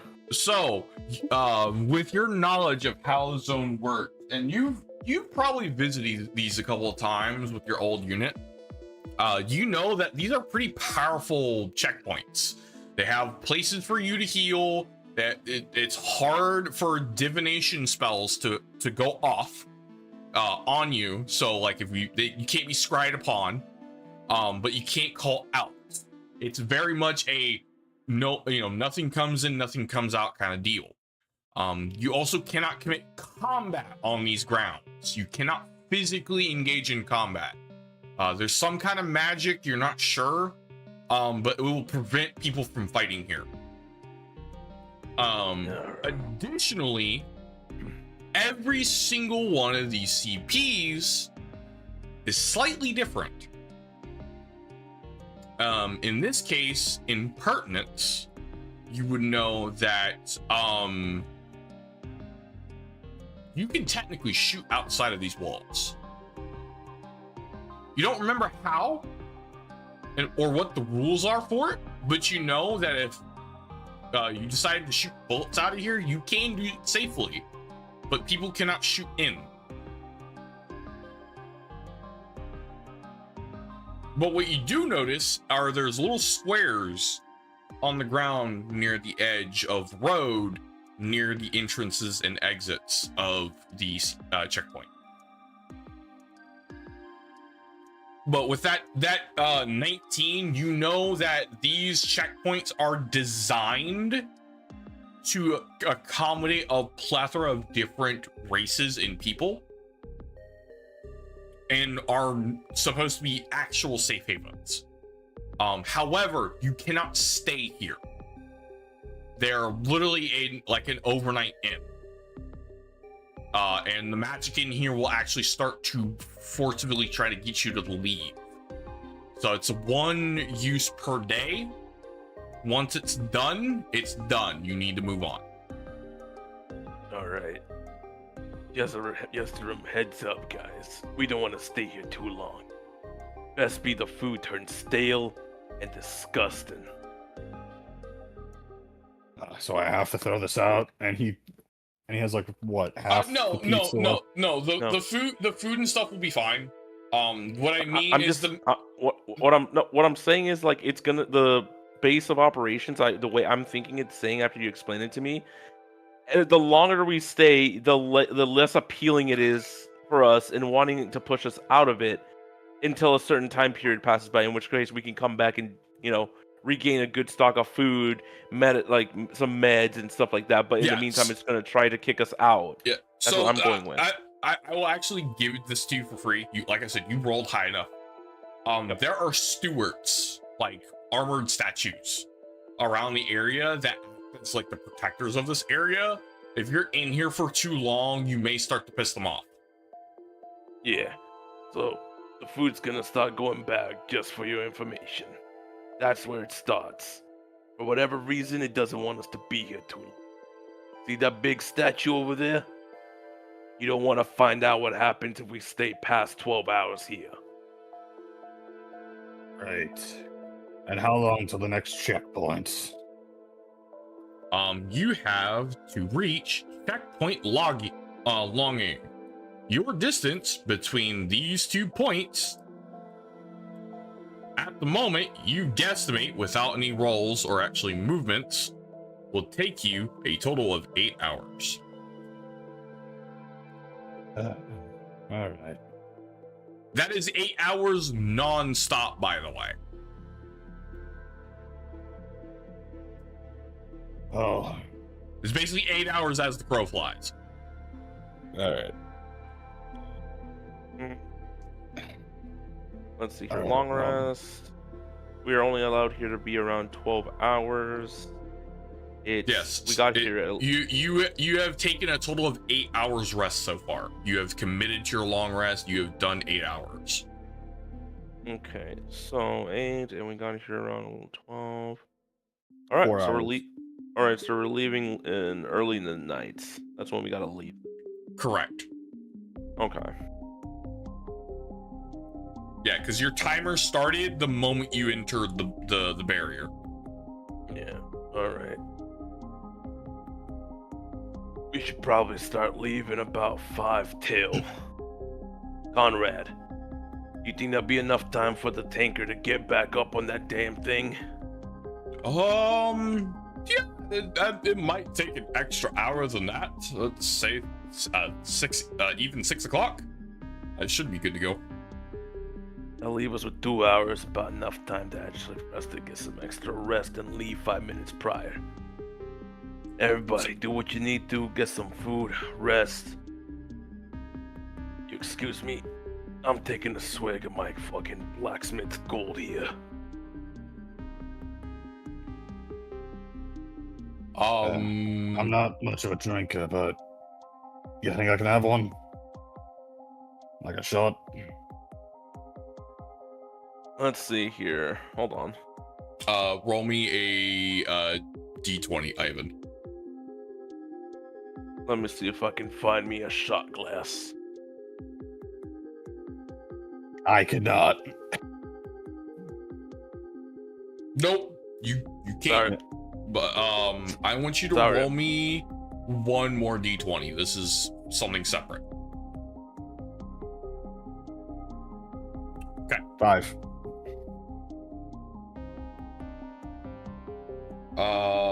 You don't find a shot glass at all, so that's not gonna happen. You also Sorry. feel incredibly reluctant to have Harvey drink this. Sorry, Harvey. You're not sure why, but something in your gut tells him no. Don't even bother. Like a voice in the back of your head, like, okay, listen, you already established he gets pissed at half health. Do you really want someone pissed and drunk? No, actually, this is something innate to his flask. As he holds it, and he even thinks of offering, willingly thinks of trying to offer Harvey a drink, he immediately changes his mind. That doesn't seem like a good idea. You know what? Okay. To be fair, I couldn't find the shot glass. And I'm kind of running out as is. I Probably just wasn't meant to be then. Ivan, make me a perception check. Perception, performance. My perception. Hold on.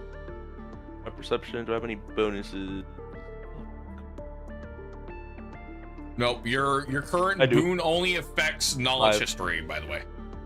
I know. My perception's at +5. Okay. That's what I want to do the bonus roll for. 12. The weight of this decanter hasn't changed, even after the drinking you've made out of it. Fuck. I mean, I'm opening the fucking lid and actually peeking my eye in it. Make a medicine check. Oh, true. That's +2. And I want you to immediately make me an investigation check next.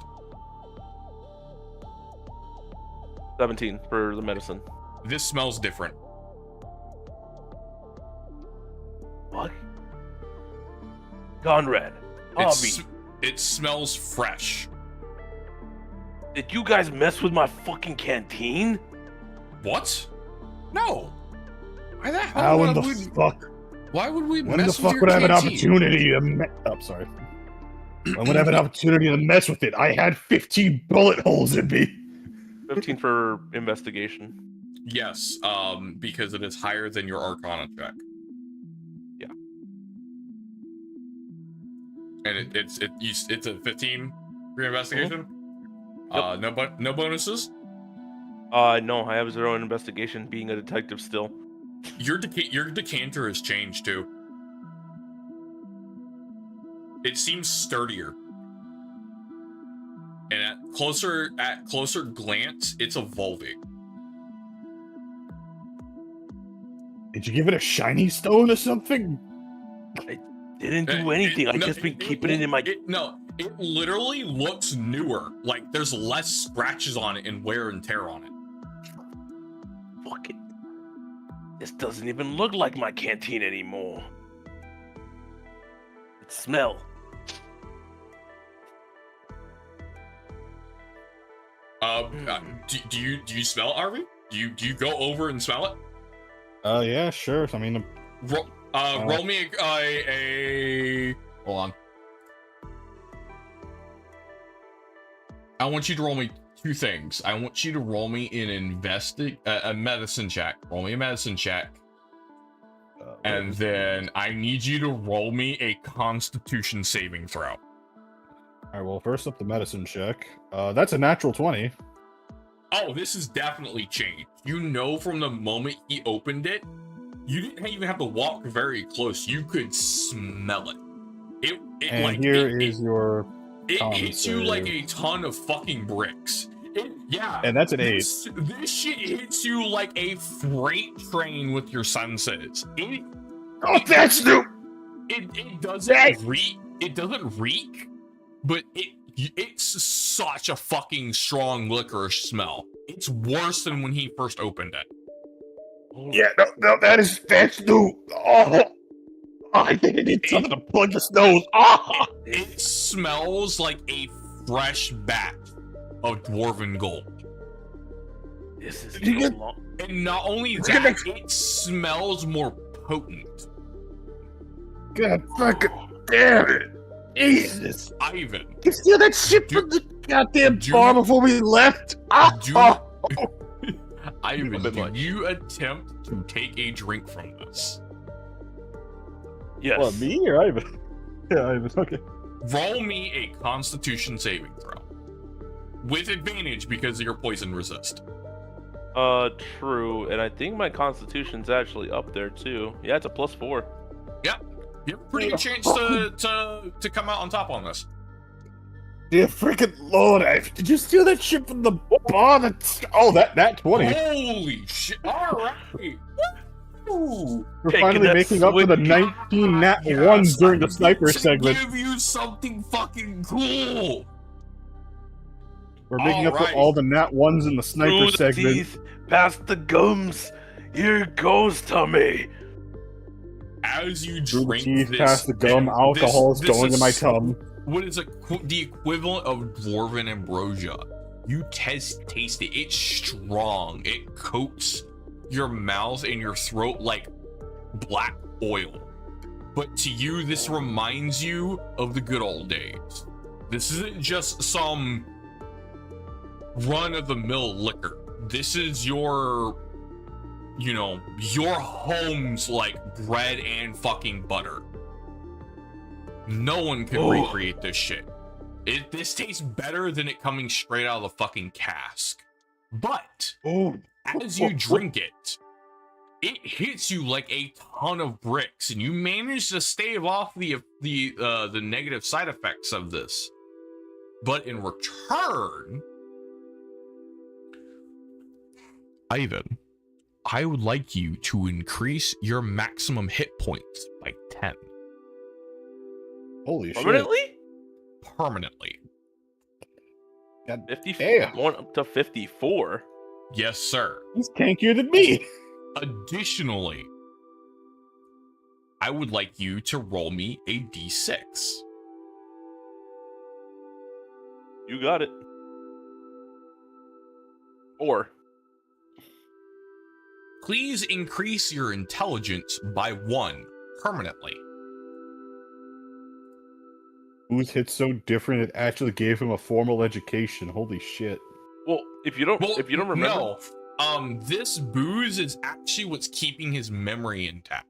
And whatever happened to the flask between the start of the campaign and now has improved it. So something's going on with his flask, and in this case, gave him more of his memory back. so a little off script here. Jin, so for dwarves, the reason why they drink so much is because alcohol is the only thing that keeps their memories up, and it makes them remember. Without it, they start losing their memories and knowledge of everything. That's why you see them always drinking or at bars, pubs, or have a flask with them at all times. Anyways, back in character. So yes, even even jokingly, it does hit him so hard he gets some of his mind back. Yeah. Ooh, mama, that's the mother brew from Homeland.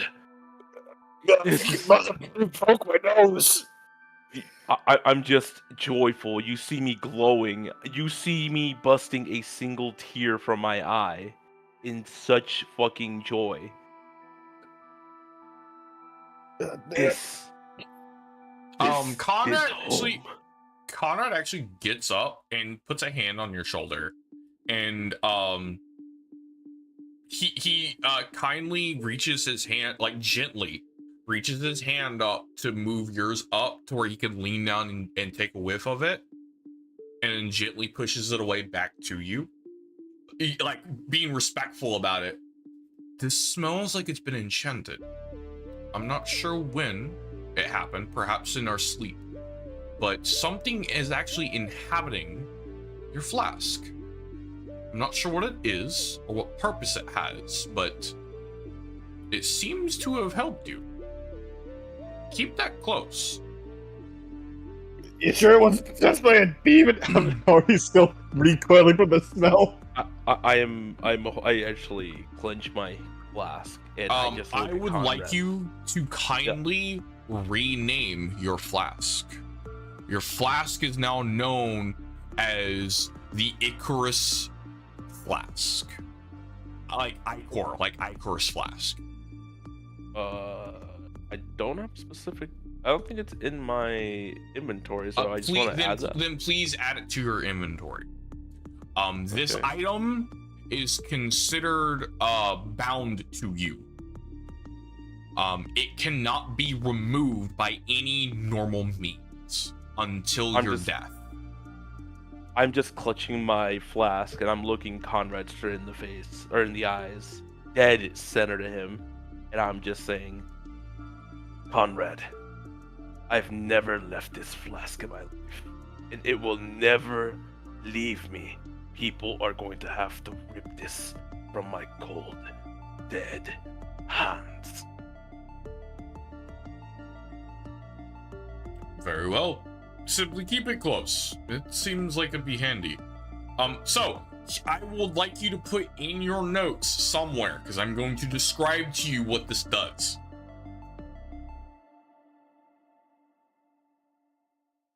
Whenever you are ready. Find any notes here? Bottom of the page. On the page, okay. Oh, notes. All right. The Icarus Flask does as follows. Once per long rest, at the DM's discretion, you will make a Constitution saving throw if you choose to drink from the flask.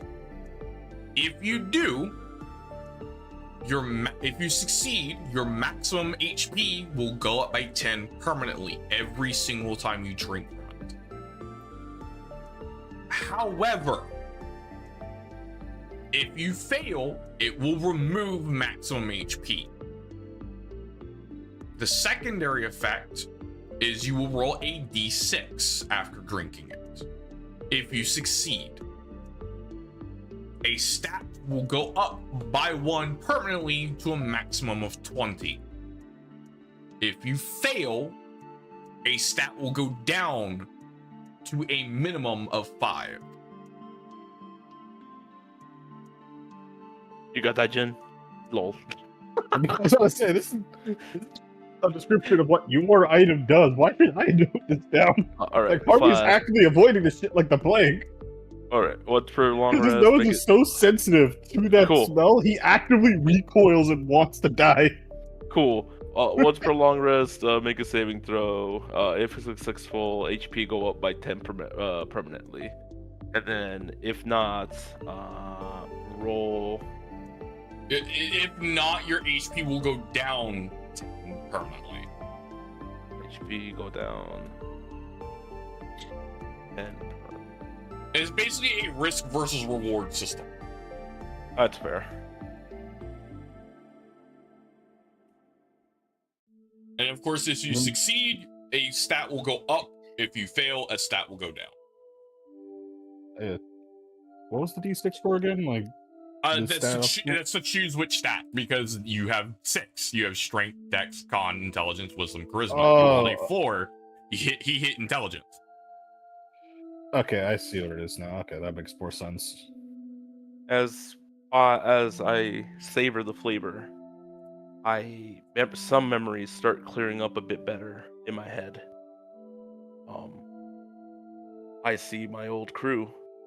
I see memories of friends, compatriots that I've lived with, that I fought with. Ugh. I remember people now. Their fuzzy faces. I could make them clear. Ugh. And as you like digest this lovely fluid from your homeland, you get a kind of a flittering memory. You remember that the symbol, the coffin with lightning bolts on it, was part of a kind of an experimental group that you interacted with briefly. It wasn't run by your old master, and it wasn't run by you. It was run by one of the other instructors, known simply as the Thunderous Coffin. They were a group of elite mercs that were contracted outside of normal means. They weren't normal watch captains, but you knew they were pretty tough. But that's all you can remember. No names, no faces, just a vague recollection of anxiety around. Do I tell Conrad and Harvey about this memory? That's up to you. In fact, 50-50 it. Roll me a d20.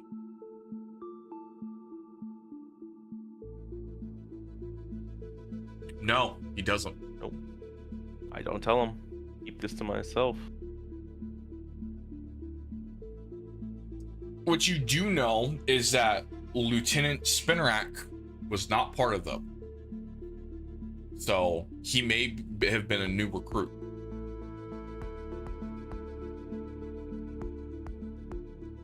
Okay. So slightly off topic, can I just say that the piano that was playing while Kid was saying his his piece, I wouldn't do that shit at all. that was disturbingly well done. That was like the gods themselves said, "Nah, let Kid cook." Let ride. During me, remembering my fucking like allies and Yes. everything. Yeah. That piano score was perfect. Like, that wasn't even planned. That just happened. Sorry. Jesus. No, you're fine. You're fine. So, apologize to my dad. I yelled. as the effects seem to finally diminish and subside, and you seem to regain most of your composure, you and your group start to pack up camp. Conrad does the final repairs on your buggy, and it does seem like what he said was true. Most of the metal seems to have warped back into place. A majority of the broken glass seems to have reformed, but with some still remaining cracks that are slowly starting to re-solidify into place. And like the soft whine of metal kind of crackling and kind of bending itself back into place from where the bumper was damaged. It's kind of interesting to watch. The fuck? Hey, yo, long neck, don't you wish your armor could have done that? Shut the fuck up. Shut the fuck up, Ivan. Just shut the fuck up. Kind of freaky looking, like. Kind of like you know, it's like a train wreck. It's like a car crash. It's been very, very, like, it's like a fucking monster truck crushing a car with people in it. It's weird, but you can't seem to look away. Thanks for describing Fight Night against the Warforged brothers. Jesus Christ, I forgot about those two. How the fuck did you manage to take the win on that one? Okay, correction, those 5. They went quite down to literally 5? jumped me. Jesus. I had to use the little brother as a damn mace. As you guys converse and get ready to head out, Conrad hops in the back. Ivan, do you once again take driver? To be fair,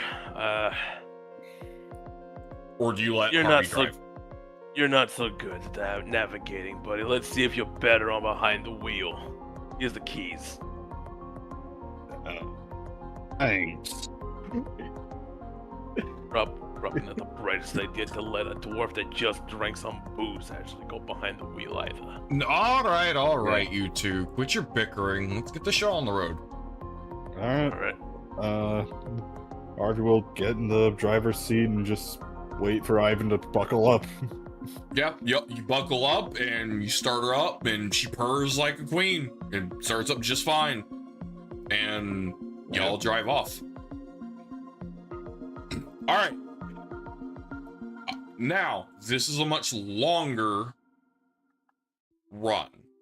I'm gonna make 3 d20 rolls. I'm gonna let each of you make a roll,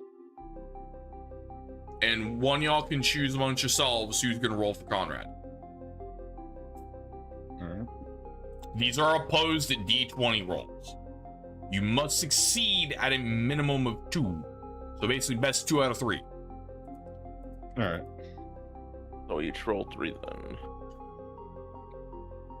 then. And these are all flat d20s, right? No, you are not rolling 3. You're each rolling once. One of you can choose to roll twice. One of those rolls will be for Conrad. Okay. All right. You want to roll twice, or I got it? Yeah, I'll roll twice, yeah. Wait. With the rolls you've been doing, Oh yeah, no, you're right. or would the 2 dice be beneficial for? My rolls are prep. Y'all get to choose who rolls for Conrad. Okay, I think what I'll. Okay, never mind. I was gonna say I'll just roll twice, and I'll just take the lower number. Yeah, who's distracting his bitch ass?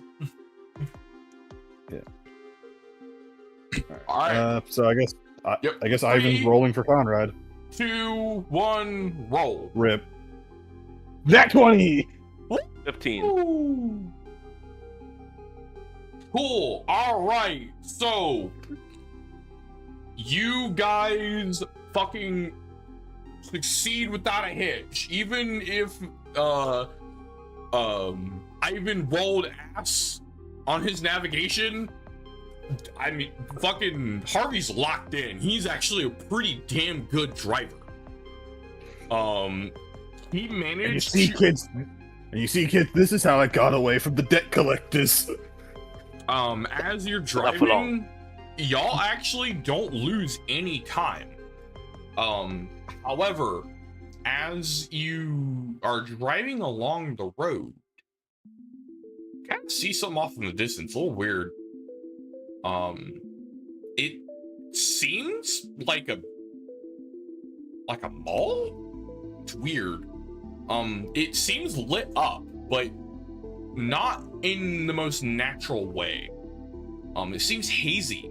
Like you look at it, it's almost like looking at like a car that's driving along a hot road, and it's got like that heat haze going over it. But it's like 6 o'clock at night. Like, what the fuck? Oh, actually, no. You've probably driven about 2-3 hours at this point. It'd be 11. Yeah, it's like 11 o'clock. It's late.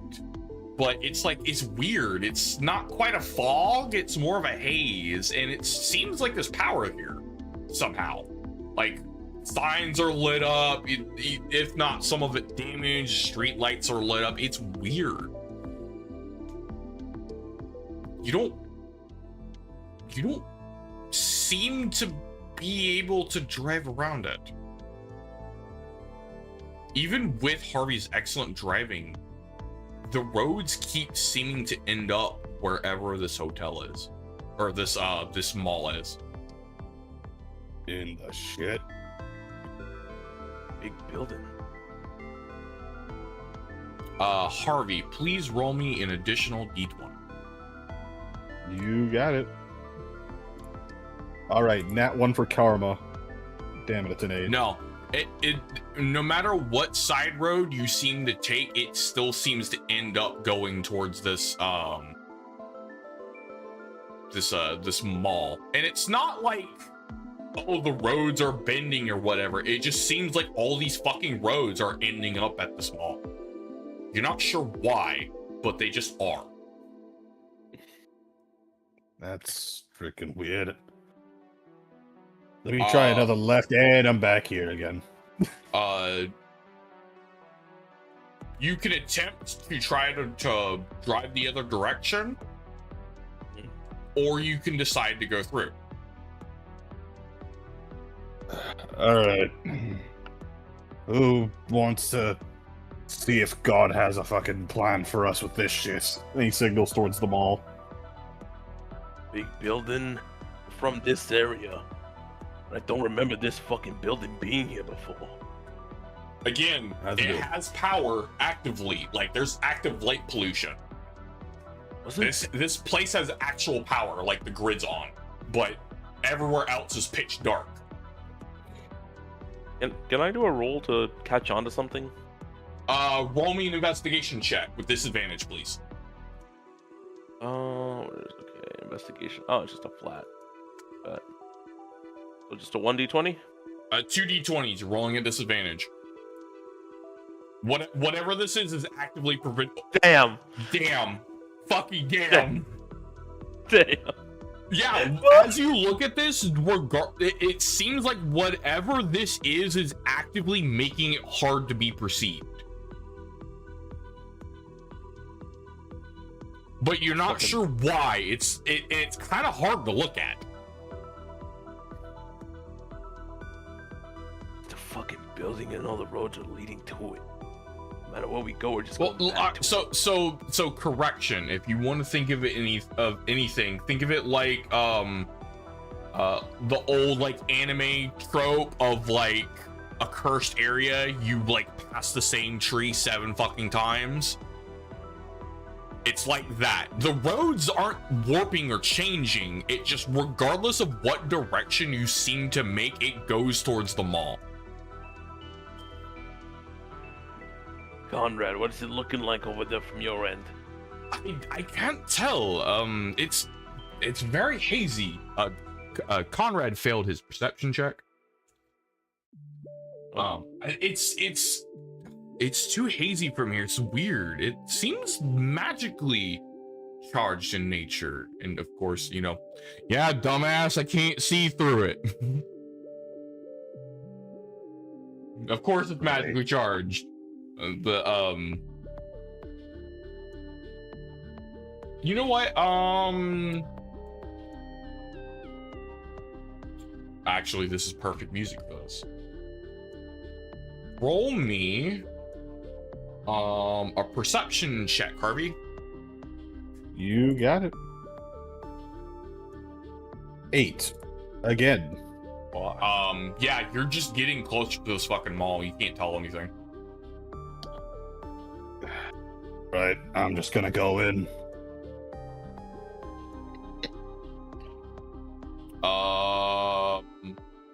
As you drive in towards this almost hazy area, as you enter, it almost seems like a threshold. As you enter this threshold, things seem to clear up. And yeah, it looks like an old broken down mall. It's like old. Like this is probably here from like when the Ascent first started. And I will show you gentlemen the map. You know what that means? Let's see. Roll. Harvey, roll me a d6, please. Oh, yeah, 1 sec. 5. You will start up here in this area. Up north. Trust me, it'll be easier to see next week whenever I have this loaded up into Foundry. But you're up north next to that black car. Wait, what the fuck? If they zoom out. Oh shit, I actually managed to get a token on here. Shit. Holy fuck. Wait, really? Oh, shit. Shit. Oh, I deleted it. 1 sec. There it goes. Yay. Somehow. How the fuck did you get a token on here? The real problem is I gotta resize it because apparently I'm the size of all these cars. Oh my god, you did actually manage to get a fucking token on here.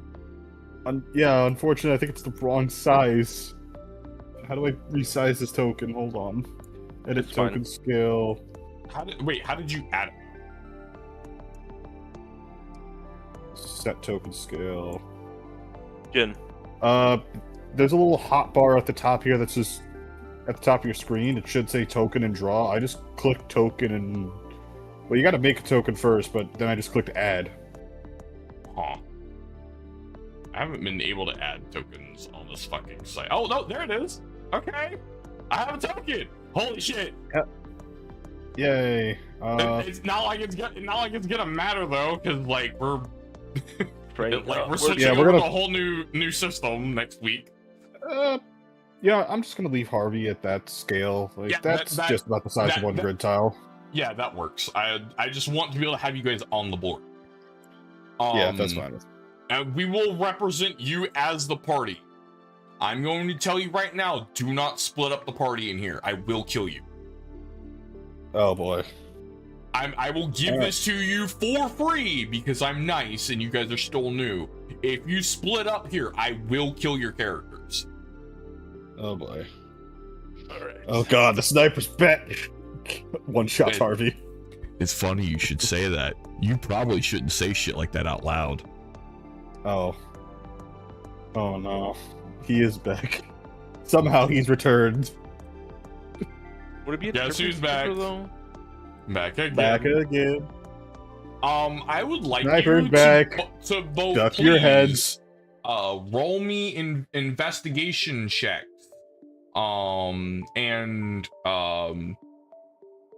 Harvey, you will be rolling for Conrad for the next 3 rolls. I'm gonna make you both do rolls for him. One dice for me, right? One investigation. Yes, please. Nat 20. Oh God. Hey, Ivan, you're still kind of like lost in your own thoughts from that drink. You don't fucking see anything. Jin, Yeah. however, you get the heebie fucking jeebies being in here. Why do I have the distinct feeling that there's a red dot?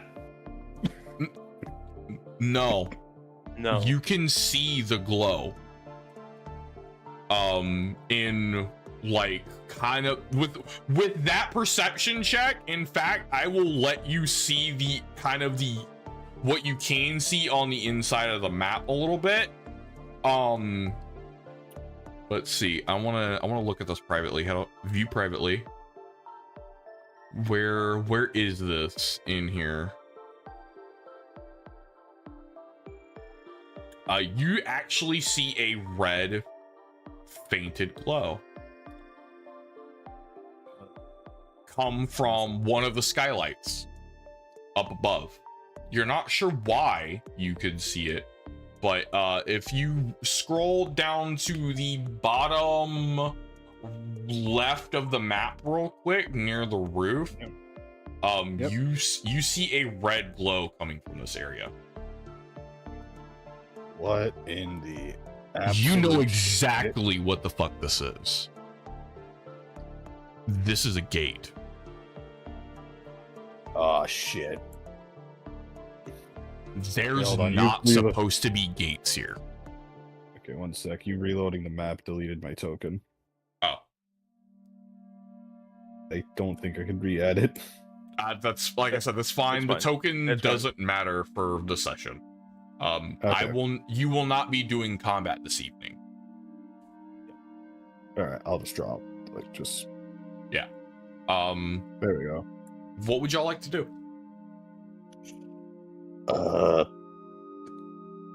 So... I don't want to be the guy in Harvey, the you're still- horror movie. You're still driving. You still have control of the car right now. Yeah, I know. I just want to quickly just let the party know as I'm moving. So, guys, I don't want to be the... Hey, I kind of want to take a look at this horror movie trope. Guys, you may want to see this. But, What you got? What the fuck is happening in the radar? Go ahead How and about- roll me an investigation check, Ivan.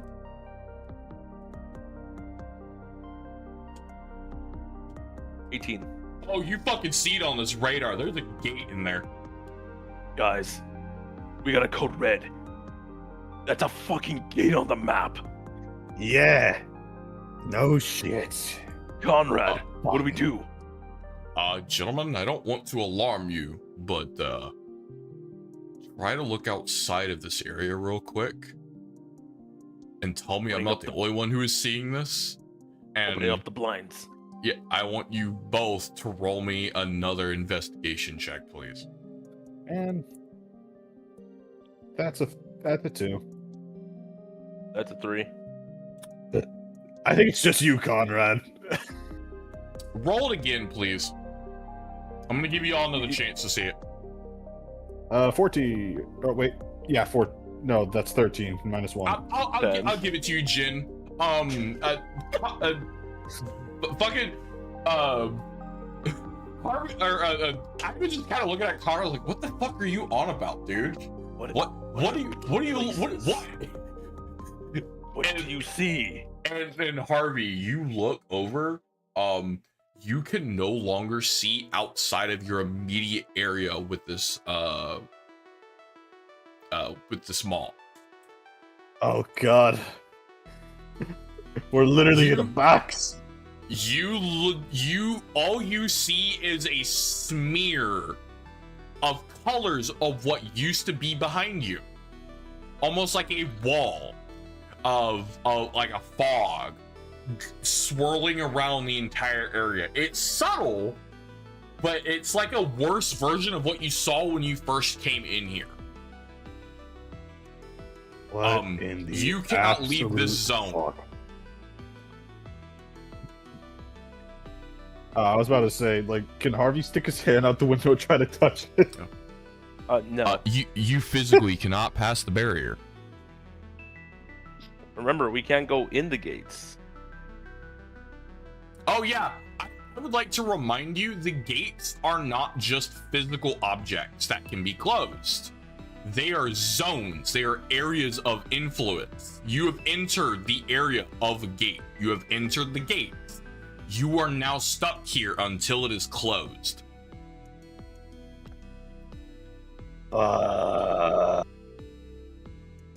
What do you do? You kind of just sit here in the parking lot, Harvey. Oh, sorry, right. What you I'm doing, gonna pull up to Harvey? the... Sorry, I forgot I'm the guy driving shit. I want to You're pull up the handicap parking.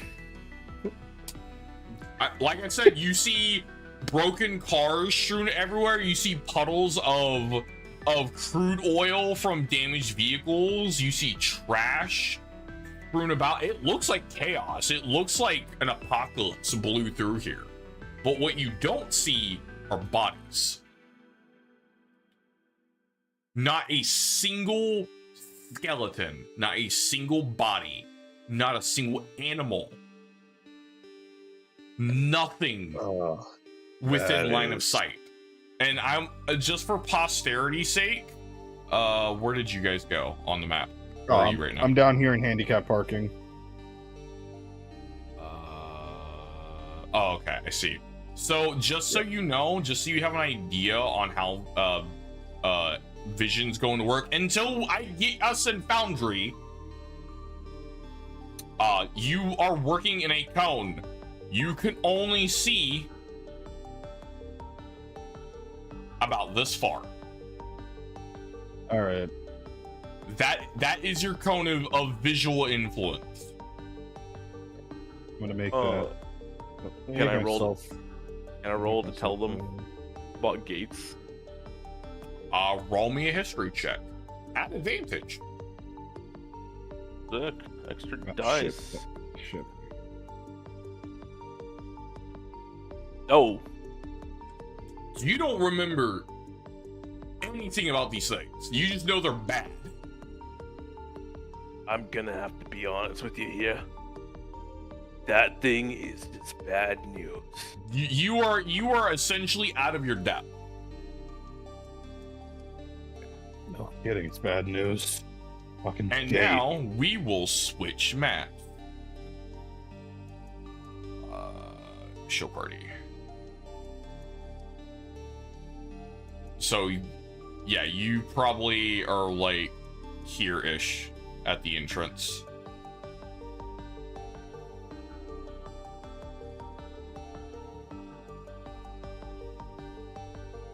Alright, yeah. So if you will please draw yourself on the map at the entrance.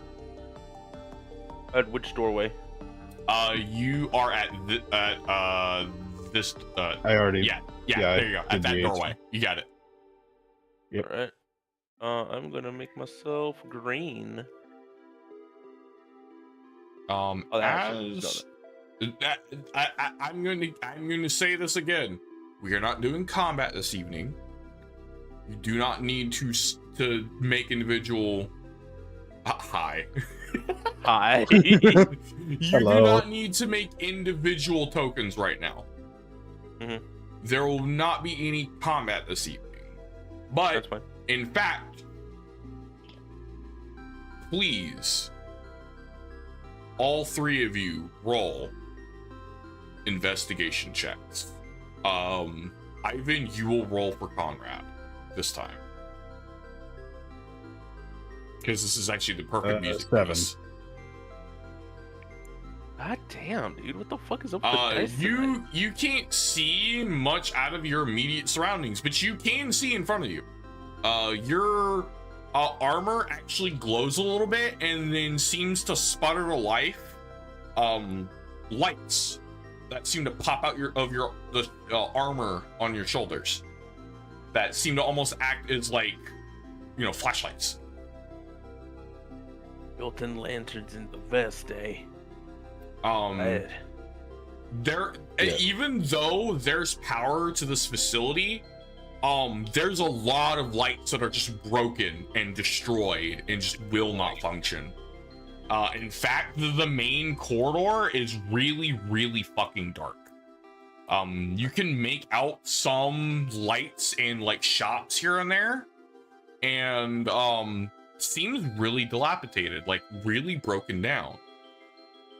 But it's not what you see that bugs you. It's what you hear. As you enter this broken down mall, you hear bones shambling, chittering. What is that noise? And this will be the last thing that you see for the evening. Ivan, Harvey, as you turn to look into the shop to your right with the planetarium in it, it's really, really fucking dark. But as you shine your lights through the like damaged windows, you see glowing red eyes. Sunken skulls, tattered clothing. You see animated skeletons gambling closer and closer to the plate glass. And with that, we end today's session. Fuck. Like the necromancer's fucking ballsack. Well, Jeepers, Scoob. And with that, ladies and gentlemen, we will call it there for the evening.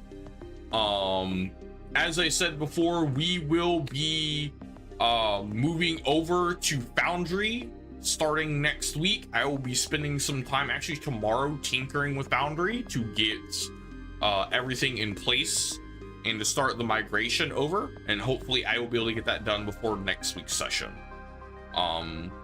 There will be growing pains involved on learning that system, especially for me as a DM, but also you gentlemen as well. But that will become our new permanent virtual tabletop system that we'll be using for this campaign and possibly future campaigns.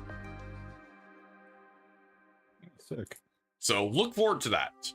Do y'all have any closing thoughts for today's session? Things you liked, things you didn't like? Like shit, what was your favorite moment kind of thing? Right now, my favorite moment is just the fact that I somehow managed to roll 3 nat 1s in a row.